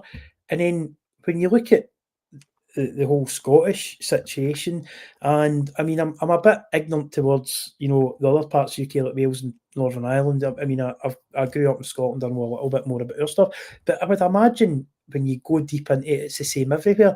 That same suppression of culture, the artifacts. It is every single colony. Every single colony is experienced the same. And like one of the diamonds, I think it's a huge diamond in the imposter, what I call the imposter monarchy, because it's a sexy. Are you talking about the Koh-i-Noor diamond? They're trying to get it back, India, and they won't give it back to them. It's not theirs. Yeah, it's. I've kind of read about that a couple of times, and I've read different versions, and it's like. It quite clearly that's one of the things that doesn't belong to us. It was theirs, and suddenly it finds its way into our possession, and it's when you start looking into these things, Jem, the mind's blown. It blows my mind as well, just when you're touching on that, how much land the Royals loan and how they monetize it and how people pay, and yet we're still donating. I mean, I think last year the Royals got an increase of 45 million on their but the taxpayer gives them while we're cutting pensioners' heating bills. Now I'm no I'm not I'm not in the position to slag off royalists. That's not really who I am. But at the same time, I'm saying, why are we giving them 45 million when we can't keep pensioners warm? And a big issue that I've looked at really closely in the past, I've got some personal reasons for this, but is the winter excess deaths in the UK. Winter excess deaths, and nobody wants to give the Tories credit less than me. I mean, I don't want to give Tories credit at all, but the winter excess death figures had come down to, I think it was about 13,500 under the Conservatives, and it's predicted to jump back up to the mid-20,000s under Labour. That's a figure I've followed really closely since 2010, and it's like the amount of excess winter deaths we have in the UK, it's equivalent to a war in a foreign country. I remember at the time, it was up at 40,000 a year at one point, I think 2010-11. And I mean, I mean, you've got to take out the COVID years because they're totally skewed. They skew a lot of different statistics. And it's not even honest. It's so bad, but it's not even honest. They're suppressing a lot. They're literally saying people died from other reasons just to avoid saying that it was COVID. There's differences in how it's recorded as well, and I'm pretty sure that system's done to obfuscate the figures as well. But there's so many people die. This is, in our country in the winter, just of cold exposure and hunger in their own home. Pure poverty, isn't it? Yeah, it's absolutely shameful, and if people want to debate with me why I get involved in certain movements, and I mean, that's it exactly in a nutshell right there. I'm horrified that people are dying of the cold in this country when we have an excess of power, we've got an excess of resources, but as we've spoke about, the resources they're owned by essentially a foreign country who uses the resources for their own ends, and we get the leftovers and we get charged a fortune for them. It's insane. Nobody in Scotland should pay for power or heating. It could be free. That's essentially my opinion. It could be free with the amount of resources we've got. I know a guy as well that's been developing some wave power stuff, and the amount of coastline we've got in Scotland, especially in the West Coast where these little inshots, it's exponentially, it's got massive potential to generate power, and the technology's there to do it, but there just doesn't seem to be a will to, it falls into private hands, it makes people a huge profit. Then, I don't know, they pay shareholders massive amounts of money. And then if they start making a loss, they publicise the loss. It's absolute corruption. And isn't it that already, every single level, already we overproduce the amount of wind power. And I heard somebody saying the other day, a well-known person, I think it was at the SSRG conference, that there's somebody that they know, listen, this is a common story, lives in the Highlands, can see their whole horizon and all behind where they live, covered in wind turbines, but they are actually freezing and they can't afford fuel, winter fuel. I mean, we don't need to destroy our whole landscape. They're turning us into basically a human farm, like really not a country, and just gonna steal all of our wind power, there's turbines on and offshore. These things do damage the birds, even the newest ones. They mess up migration flight patterns of birds, which is since the beginning of time. The birds have had these things, and there's species going extinct all the time, and well, they've tried to exterminate us. It's just terrific, Yeah, and the thing is, once you have that awakening about some of these things, you can't go back. There's no way to put it back in the box once you've had that awakening, Jim. Once you know one or two things and you want to look at others. I mean, we just spoke about energy, but we could speak about a dozen issues and come up with... Well, we'll do that again. You're welcome to come in the show again. I just wanted to say something, is that how would they feel, right? Or, just unionists, because it's basically they're brainwashed. They're victims as well. Let's be honest. Let's humanize each other instead of dehumanize each other. Okay. Yeah. Because that's what they do. They are brainwashed from birth. They're in their communities. They don't often come out of it. They don't know what's going on. How would they feel if Scotland had colonized England, okay? or Ireland had or Wales had, and Yeah. stopped their language, and stopped them wearing their clothes if they had any that was actually specifically English, because we have our own clothes, stopped their musical instruments, and literally stripped their country of whatever they had. And how would they feel? And they can't see the other side of the coin. It's so they just want to dehumanize us on social media. And you and me have both experienced this, because we are active in promoting independence, and other people as well. You get dehumanized in the most horrific way all the time, all Scots on social media by unionists, and either they are bots or they have no humanity whatsoever, but they can see. You can even try to educate them, and it doesn't seem to sink in. I mean, brainwashing is a real thing. Well, I used to go on quite often. I'd go on the Scottish Conservatives kind of social media, and it used to anger me, Jim. They used to put out things that were quite just blatant lies. And they do all the time. I was able to disprove it and use references.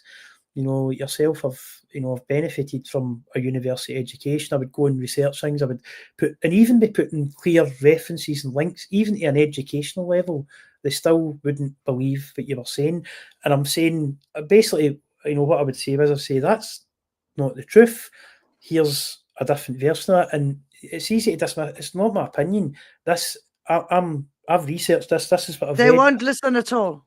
They won't listen. No, they won't listen. They just throw back more and more lies, and recently, I don't know if you noticed, I did kick off about it because I think it's undemocratic, but they blocked me from all their media. And I never swore on their site. I mean, I did swear a wee bit in your radio show, so I do apologise for that. But I wasn't disrespectful. I wasn't rude. I wasn't swearing.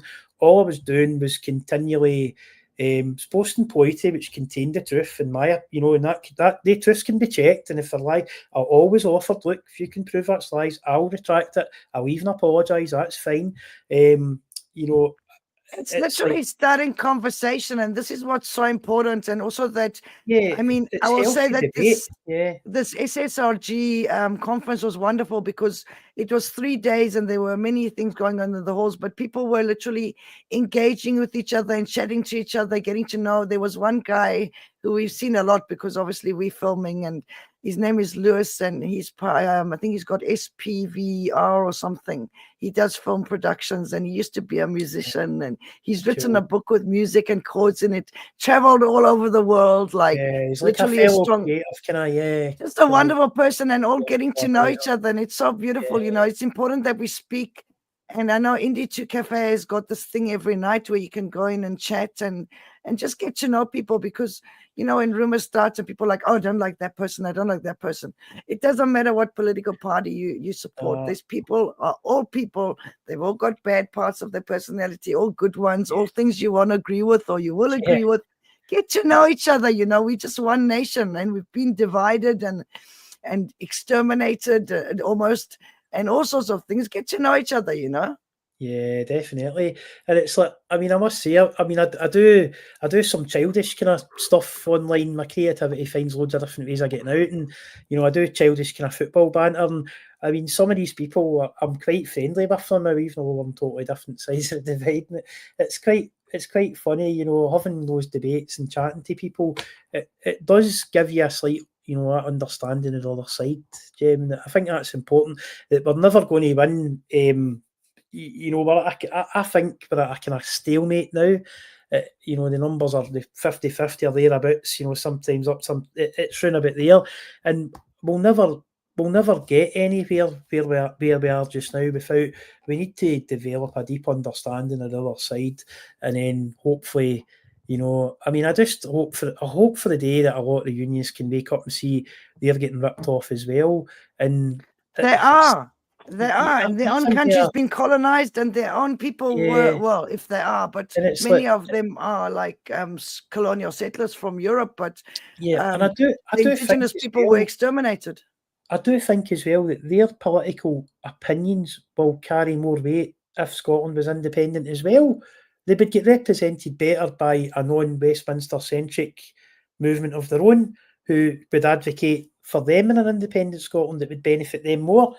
You know, I thought quite hard about that, and it's like we're not going to get rid. They're going to be here in Scotland anyway. So how's it going to be like if independence does happen? But we would have parties solely based in Scotland that are arguing just for Scotland. I just can't see how there can be losers in that. I mean, if you're a unionist and you've got a political movement advocating for your side, fair enough. But also the big, I mean, we've spoke a little bit about kind of global views, but if they're arguing from a Scotland-centric position rather than a Westminster-centric position, that changes it for them as well. You know, Absolutely, but they do have their own independence movement in England in more than one yeah, place. I mean, the Northern Independence Party in England is they've got their own thing going. They're very active in places like Bradford, Barnsley, you know, and I met with them on an election day a couple of years ago. I was down in Barnsley for some business and they'd set up shop, and I thought, I'm going to go along and just touch base and figure out what is this about. And I was surprised. You by how get there by similar. talking. You really Yeah, do. And you know, like literally, I always say, like linking together Scottish independence, Welsh independence, Irish unity, Kurnow independence, and English independence. If you take this without Kurnow, because it just works, somebody did it, okay? The first letter, Wales, okay, Islands, Scotland and England, it spells wise.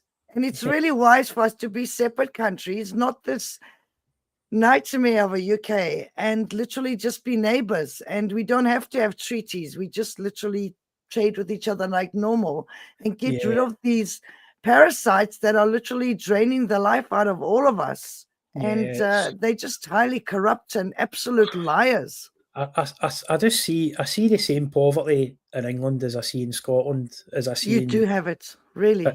I mean, I've not been in Wales much. I've been in North Wales and I've seen the exact same there. I see abject poverty, and it's like there's a problem. There's a problem with the wider system, and I do sometimes feel, Jem, and feel free to shoot me down here, but there is a part of me still feels that kind of guilt. If Scotland did leave the union and get independence, we're leaving a lot of good people in England behind as well, which it's like, and I know they've got to fight for that. I get all that, but there's still that kind of, you know, there's a lot of people that I've got a real synergy with down there as well. I stayed there for a while, I worked there, you know, I worked with a lot of Liverpudlians, I worked with a lot of Mancunians, and these people are so similar.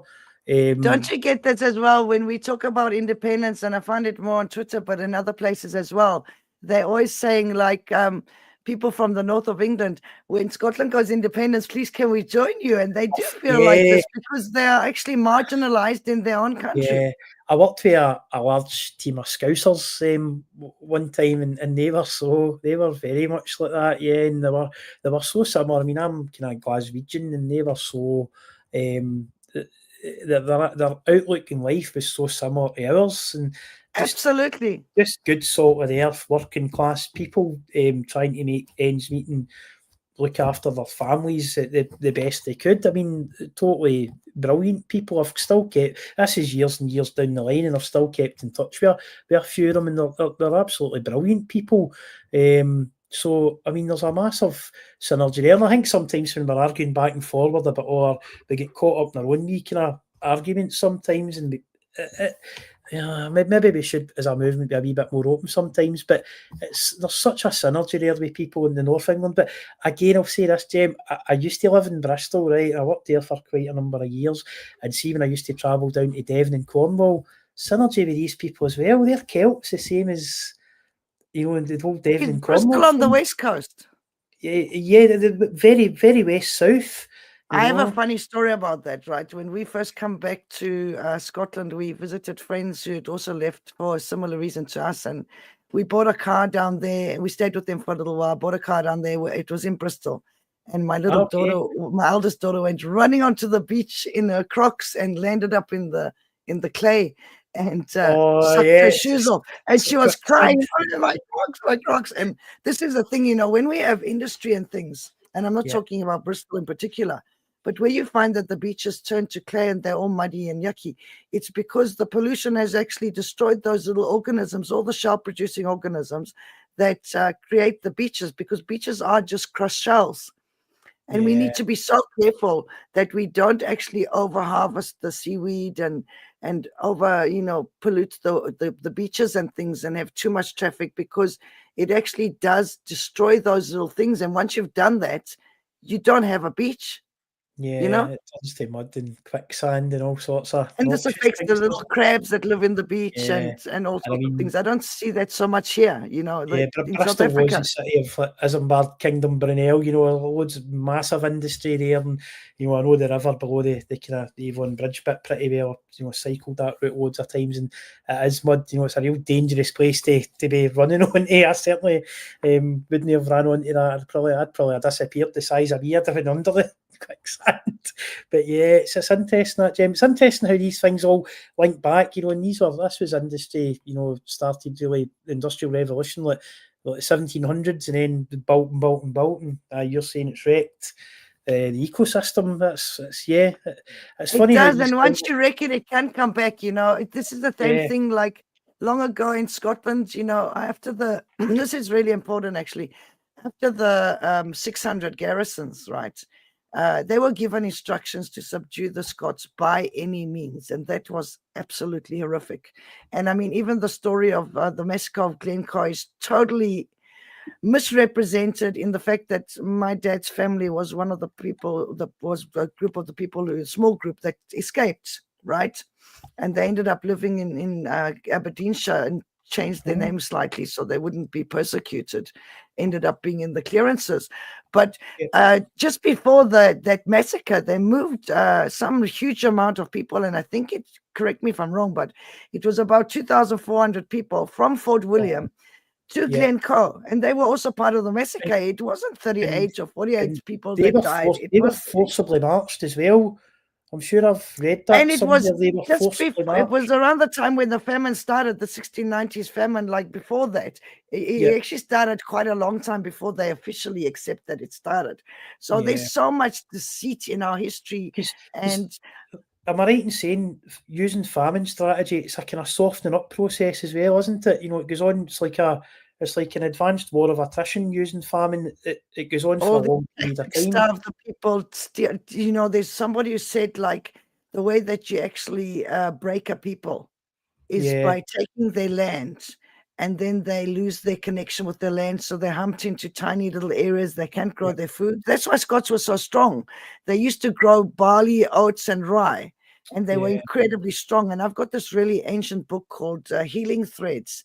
And the woman in there, she's a really old woman, describes how potatoes were introduced. It wasn't our staple diet.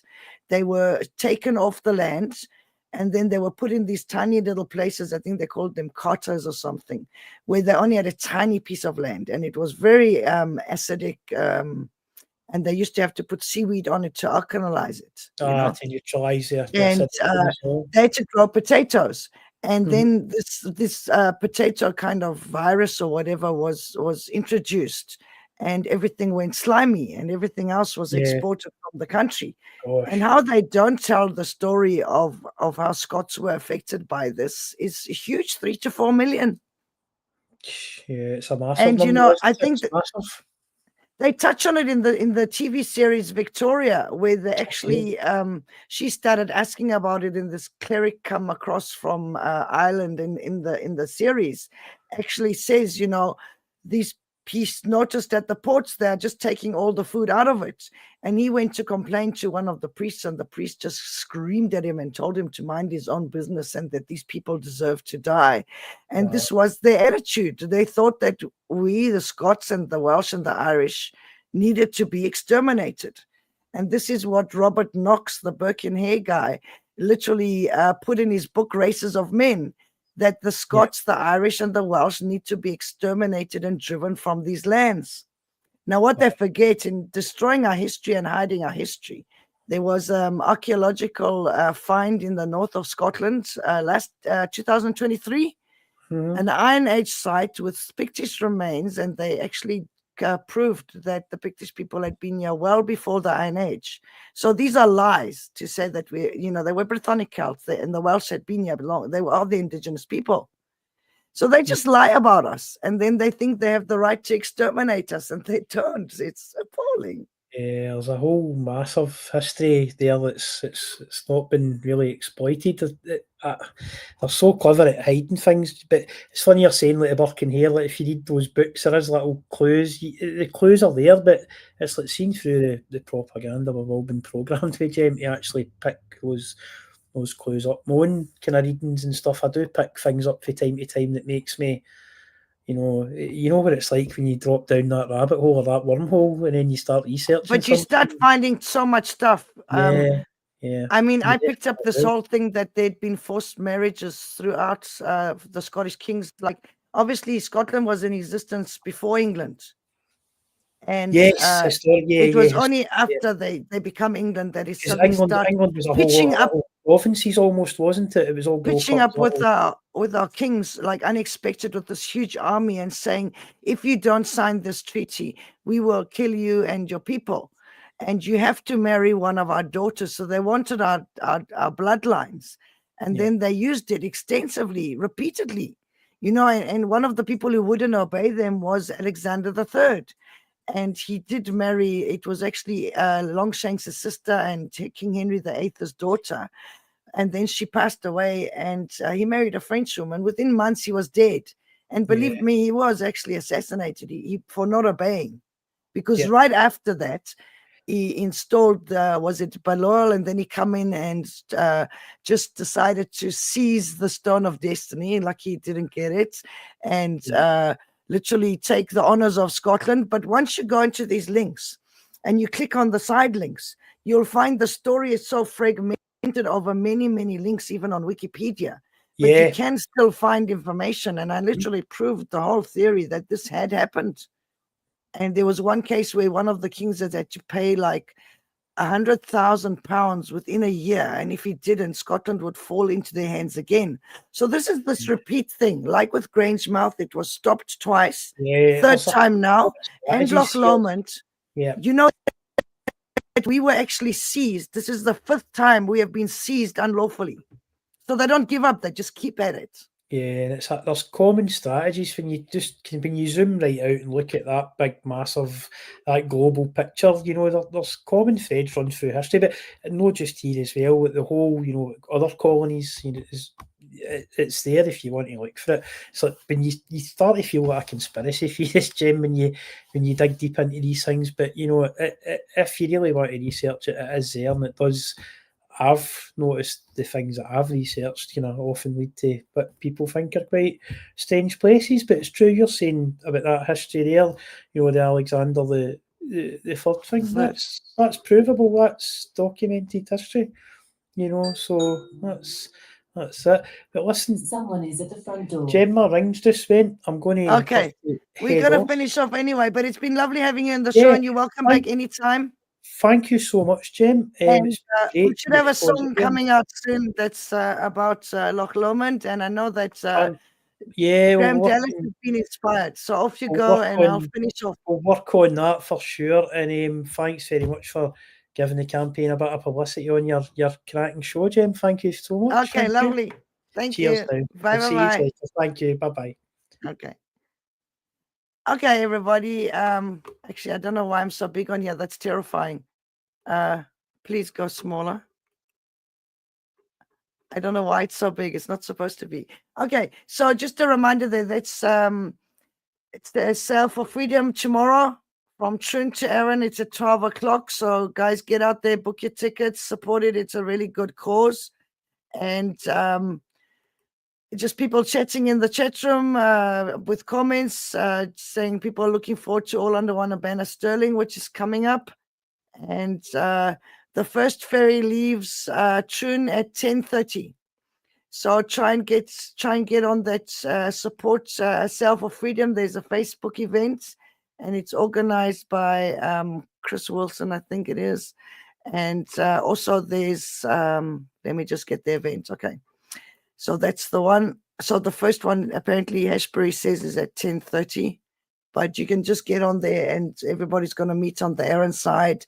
Take your sail ties, just behave yourselves, and keep it until the ferry's actually left the port for a bit, and then take out the sail ties. So Chris is in charge of that. Guys, take videos. I'm not able to make it, and I think one of the other live streamers isn't able to make it as well. So please take videos and post them online. Okay, please take photographs and videos and think like a live streamer.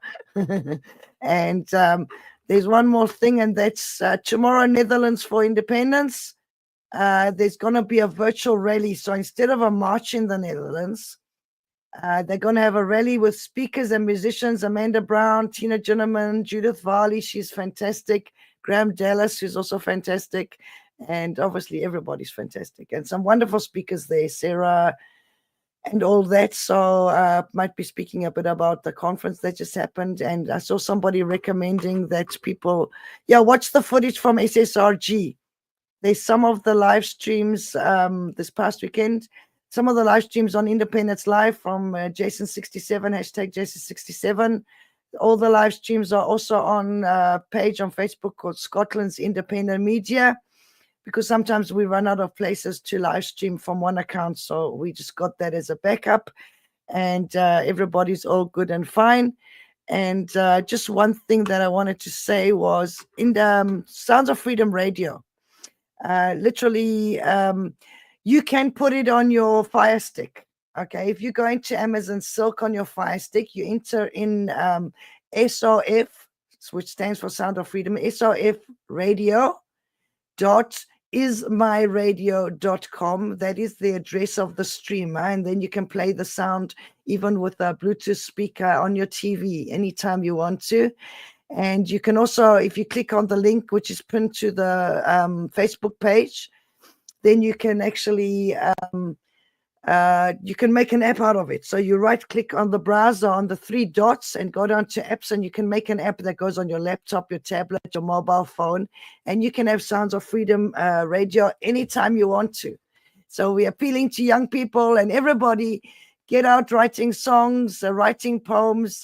Bands will help people get recorded, and we do independent music 24/7. Okay. And we like people to get involved and get to know everyone and whatever.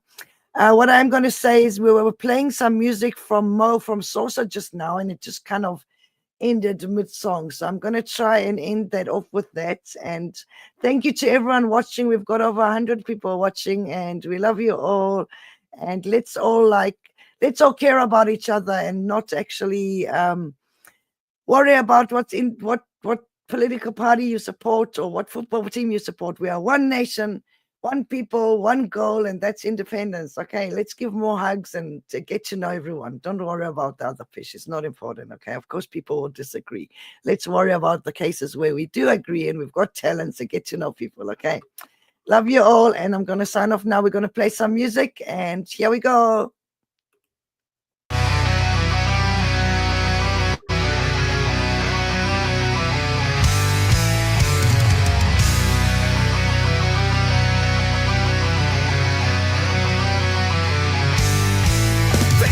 Dreams wrapped up in chains, told us freedom brings only pain, but all we've known is broken trust.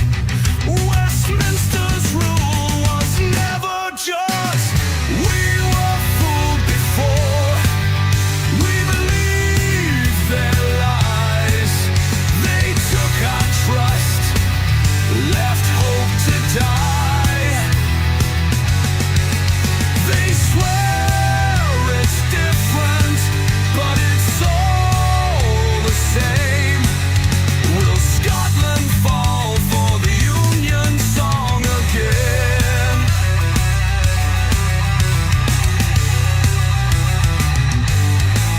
Labour's mask, a painted face, swore they'd bring us to a better place. But the red hand cut's just the same. Another master, same old chain. We were fooled before, we believed their lies. They took our trust, left hope to die. They swear it's different, but it's all the same. Will Scotland fall for the Union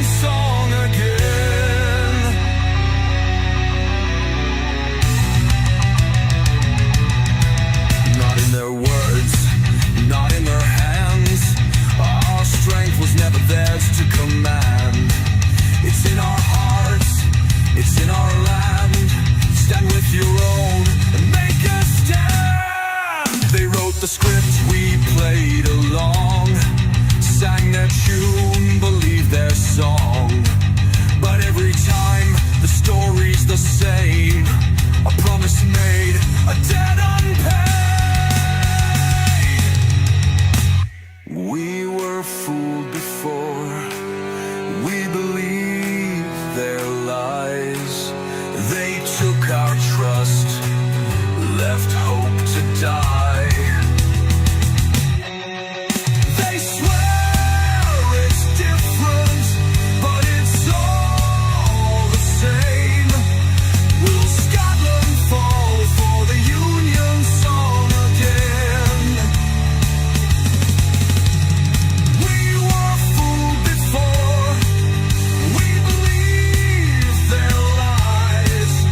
They took our trust, left hope to die.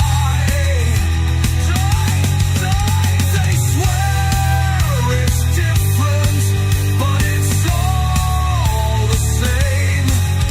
Will Scotland fall for the Union song again? You're listening to Sounds of Freedom, the only station playing Scottish independence music 24/7.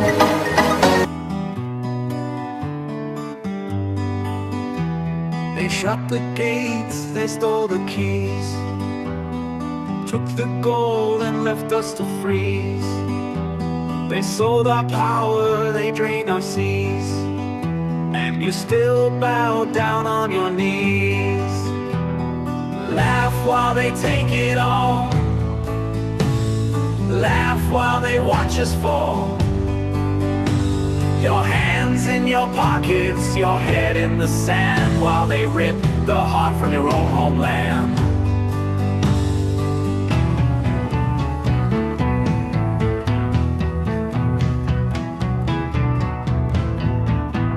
A billion for a stadium's light, but Grange Mile's burning out tonight. Your fuel, your homes, your kids, your pride, yet you still stand on their side.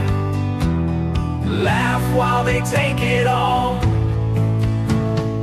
laugh while they watch us fall.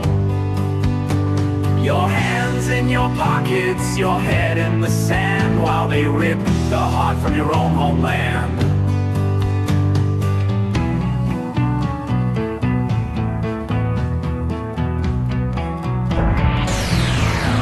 Every revolution needs a soundtrack.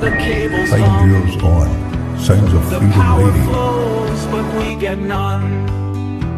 They sell it cheap, they set the price, and you just not call that a life. Laugh while they take it all, laugh while they watch us fall. Your hands in your pockets, your head in the sand, while they rip the heart from your own homeland.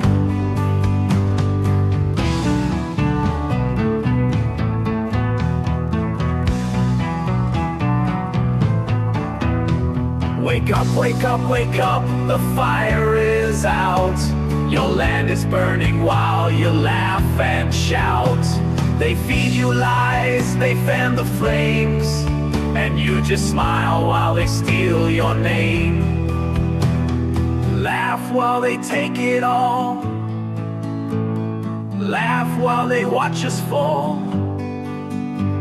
Your hands in your pockets, your head in the sand, while they rip the heart from your own homeland.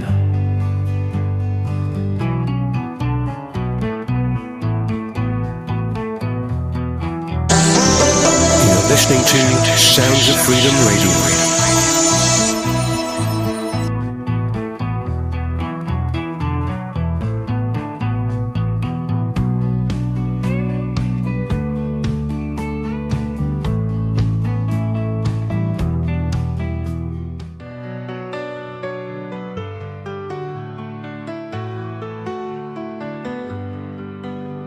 We argue like rivals, we tear down our own, forgetting the dream we have always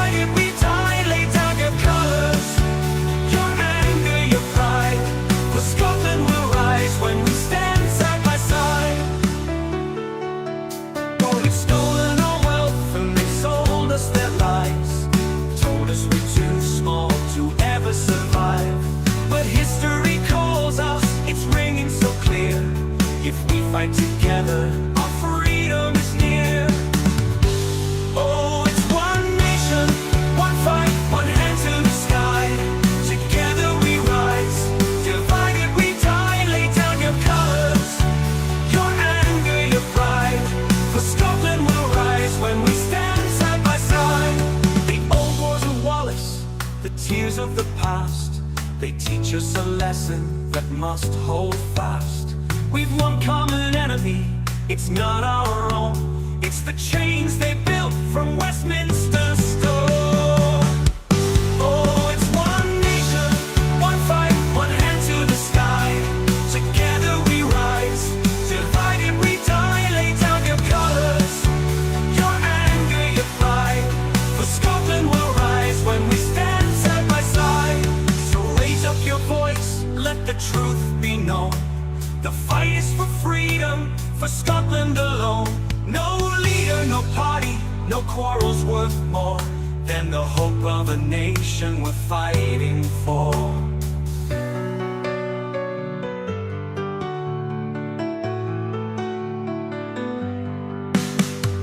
Look to the future, see what we can build. A nation of fairness, a dream fulfilled. But it starts with unity, a bond that won't break. For freedom is ours, it's ours to take. Oh, it's one nation, one fight, one hand to the sky. Together we rise, divided we die. Lay down your colours, your anger, your pride. For Scotland will rise when we stand side by side. For Scotland will rise when we stand side by side. Yes, Scotland will rise, it's our nation, our pride. What you wanting? Some music. We'll get yourself over to Sounds of Freedom Radio. They draw the lines, they call the shots. Take what's ours and leave us not. But we see through their tired game. Scotland's rising won't be tamed. Scotland is ready. Scotland is ready for independence. No more waiting, no more chains. We'll stand together, break the reins. Scotland is ready. Scotland is ready for independence, for independence. They say we're small, they say we're weak, but listen close. When Scotland speaks, our wealth is strong, our hearts are true. We know exactly what to do. Scotland is ready. Scotland is ready for independence. No more waiting, no more chains. We'll stand together, break the reins. Scotland is ready. Scotland is ready for independence, for independence. No more lies, no more lies, no more fear, no more fear. Our time is now. Our day is here. The future's ours. Let's take the call. We rise as one. We rise for all. We build the wind, we sail the seas, we feed the world, we plant the trees. Scotland's future, bold and bright. Time to stand and claim our right. Scotland is ready. Scotland is ready for independence, for independence. They say we're small, they say we're weak, but listen close. When Scotland speaks, our wealth is strong, our hearts are true. We know exactly what to do. Scotland is ready. Scotland is ready for independence. No more waiting, no more chains. We'll stand together, break the reins. Scotland is ready. Scotland is ready for independence, for independence. Independence, for independence. You're listening to Sounds of Freedom, the only station playing Scottish independence music 24/7. It's ours, but it's fractured with fear, petty games and pride, tearing apart the dream of a nation, the hope in our hearts. Get over yourselves, you're dragging us down, squandering like children while the world spins around. The light of our freedom is fading away. Get over yourselves, stop standing in the way. Get over yourselves, stop standing in the way. Teams and tribes, it's a desperate show. The fire's still burning, but it flickers too slow. While Westminster grins, holding the chains. We bicker and barter, and nothing remains. Get over yourselves, you're dragging us down. Squalling like children while the world spins around. The light of our freedom is fading away. Get over yourselves, stop standing in the way.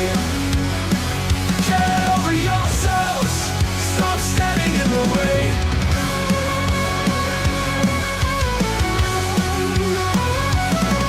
The cause is too great, the time's slipping fast. We're stuck in the present, but the future's our past. If we don't unite, this chance will be gone. A fractured movement can never be strong. Get over yourselves, you're dragging us down. Squalling like children while the world spins around. The light of our freedom is fading away. Get over yourselves, stop standing in the way. Get over yourselves, stop standing in the way. Years from now, when the dust has all cleared and independence finally appears, you'll look back in shame at the time that we lost. The price of your pride wasn't worth the cost. Get over yourselves, it's time to unite. The dream's within reach if we stand up and fight. Get over yourselves, no more delay. Together we rise or together we stay. Get over yourselves, get over yourselves. You're dragging us down. Squalling like children while the world spins around. The light of our freedom is fading away. Get over yourselves, stop standing in the way. Get over yourselves.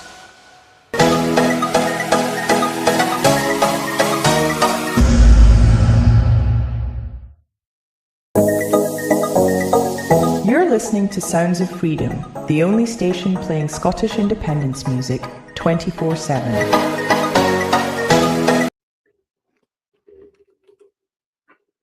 While the unicorn is chained to the lion with the crown, I will never rest, I will never back down.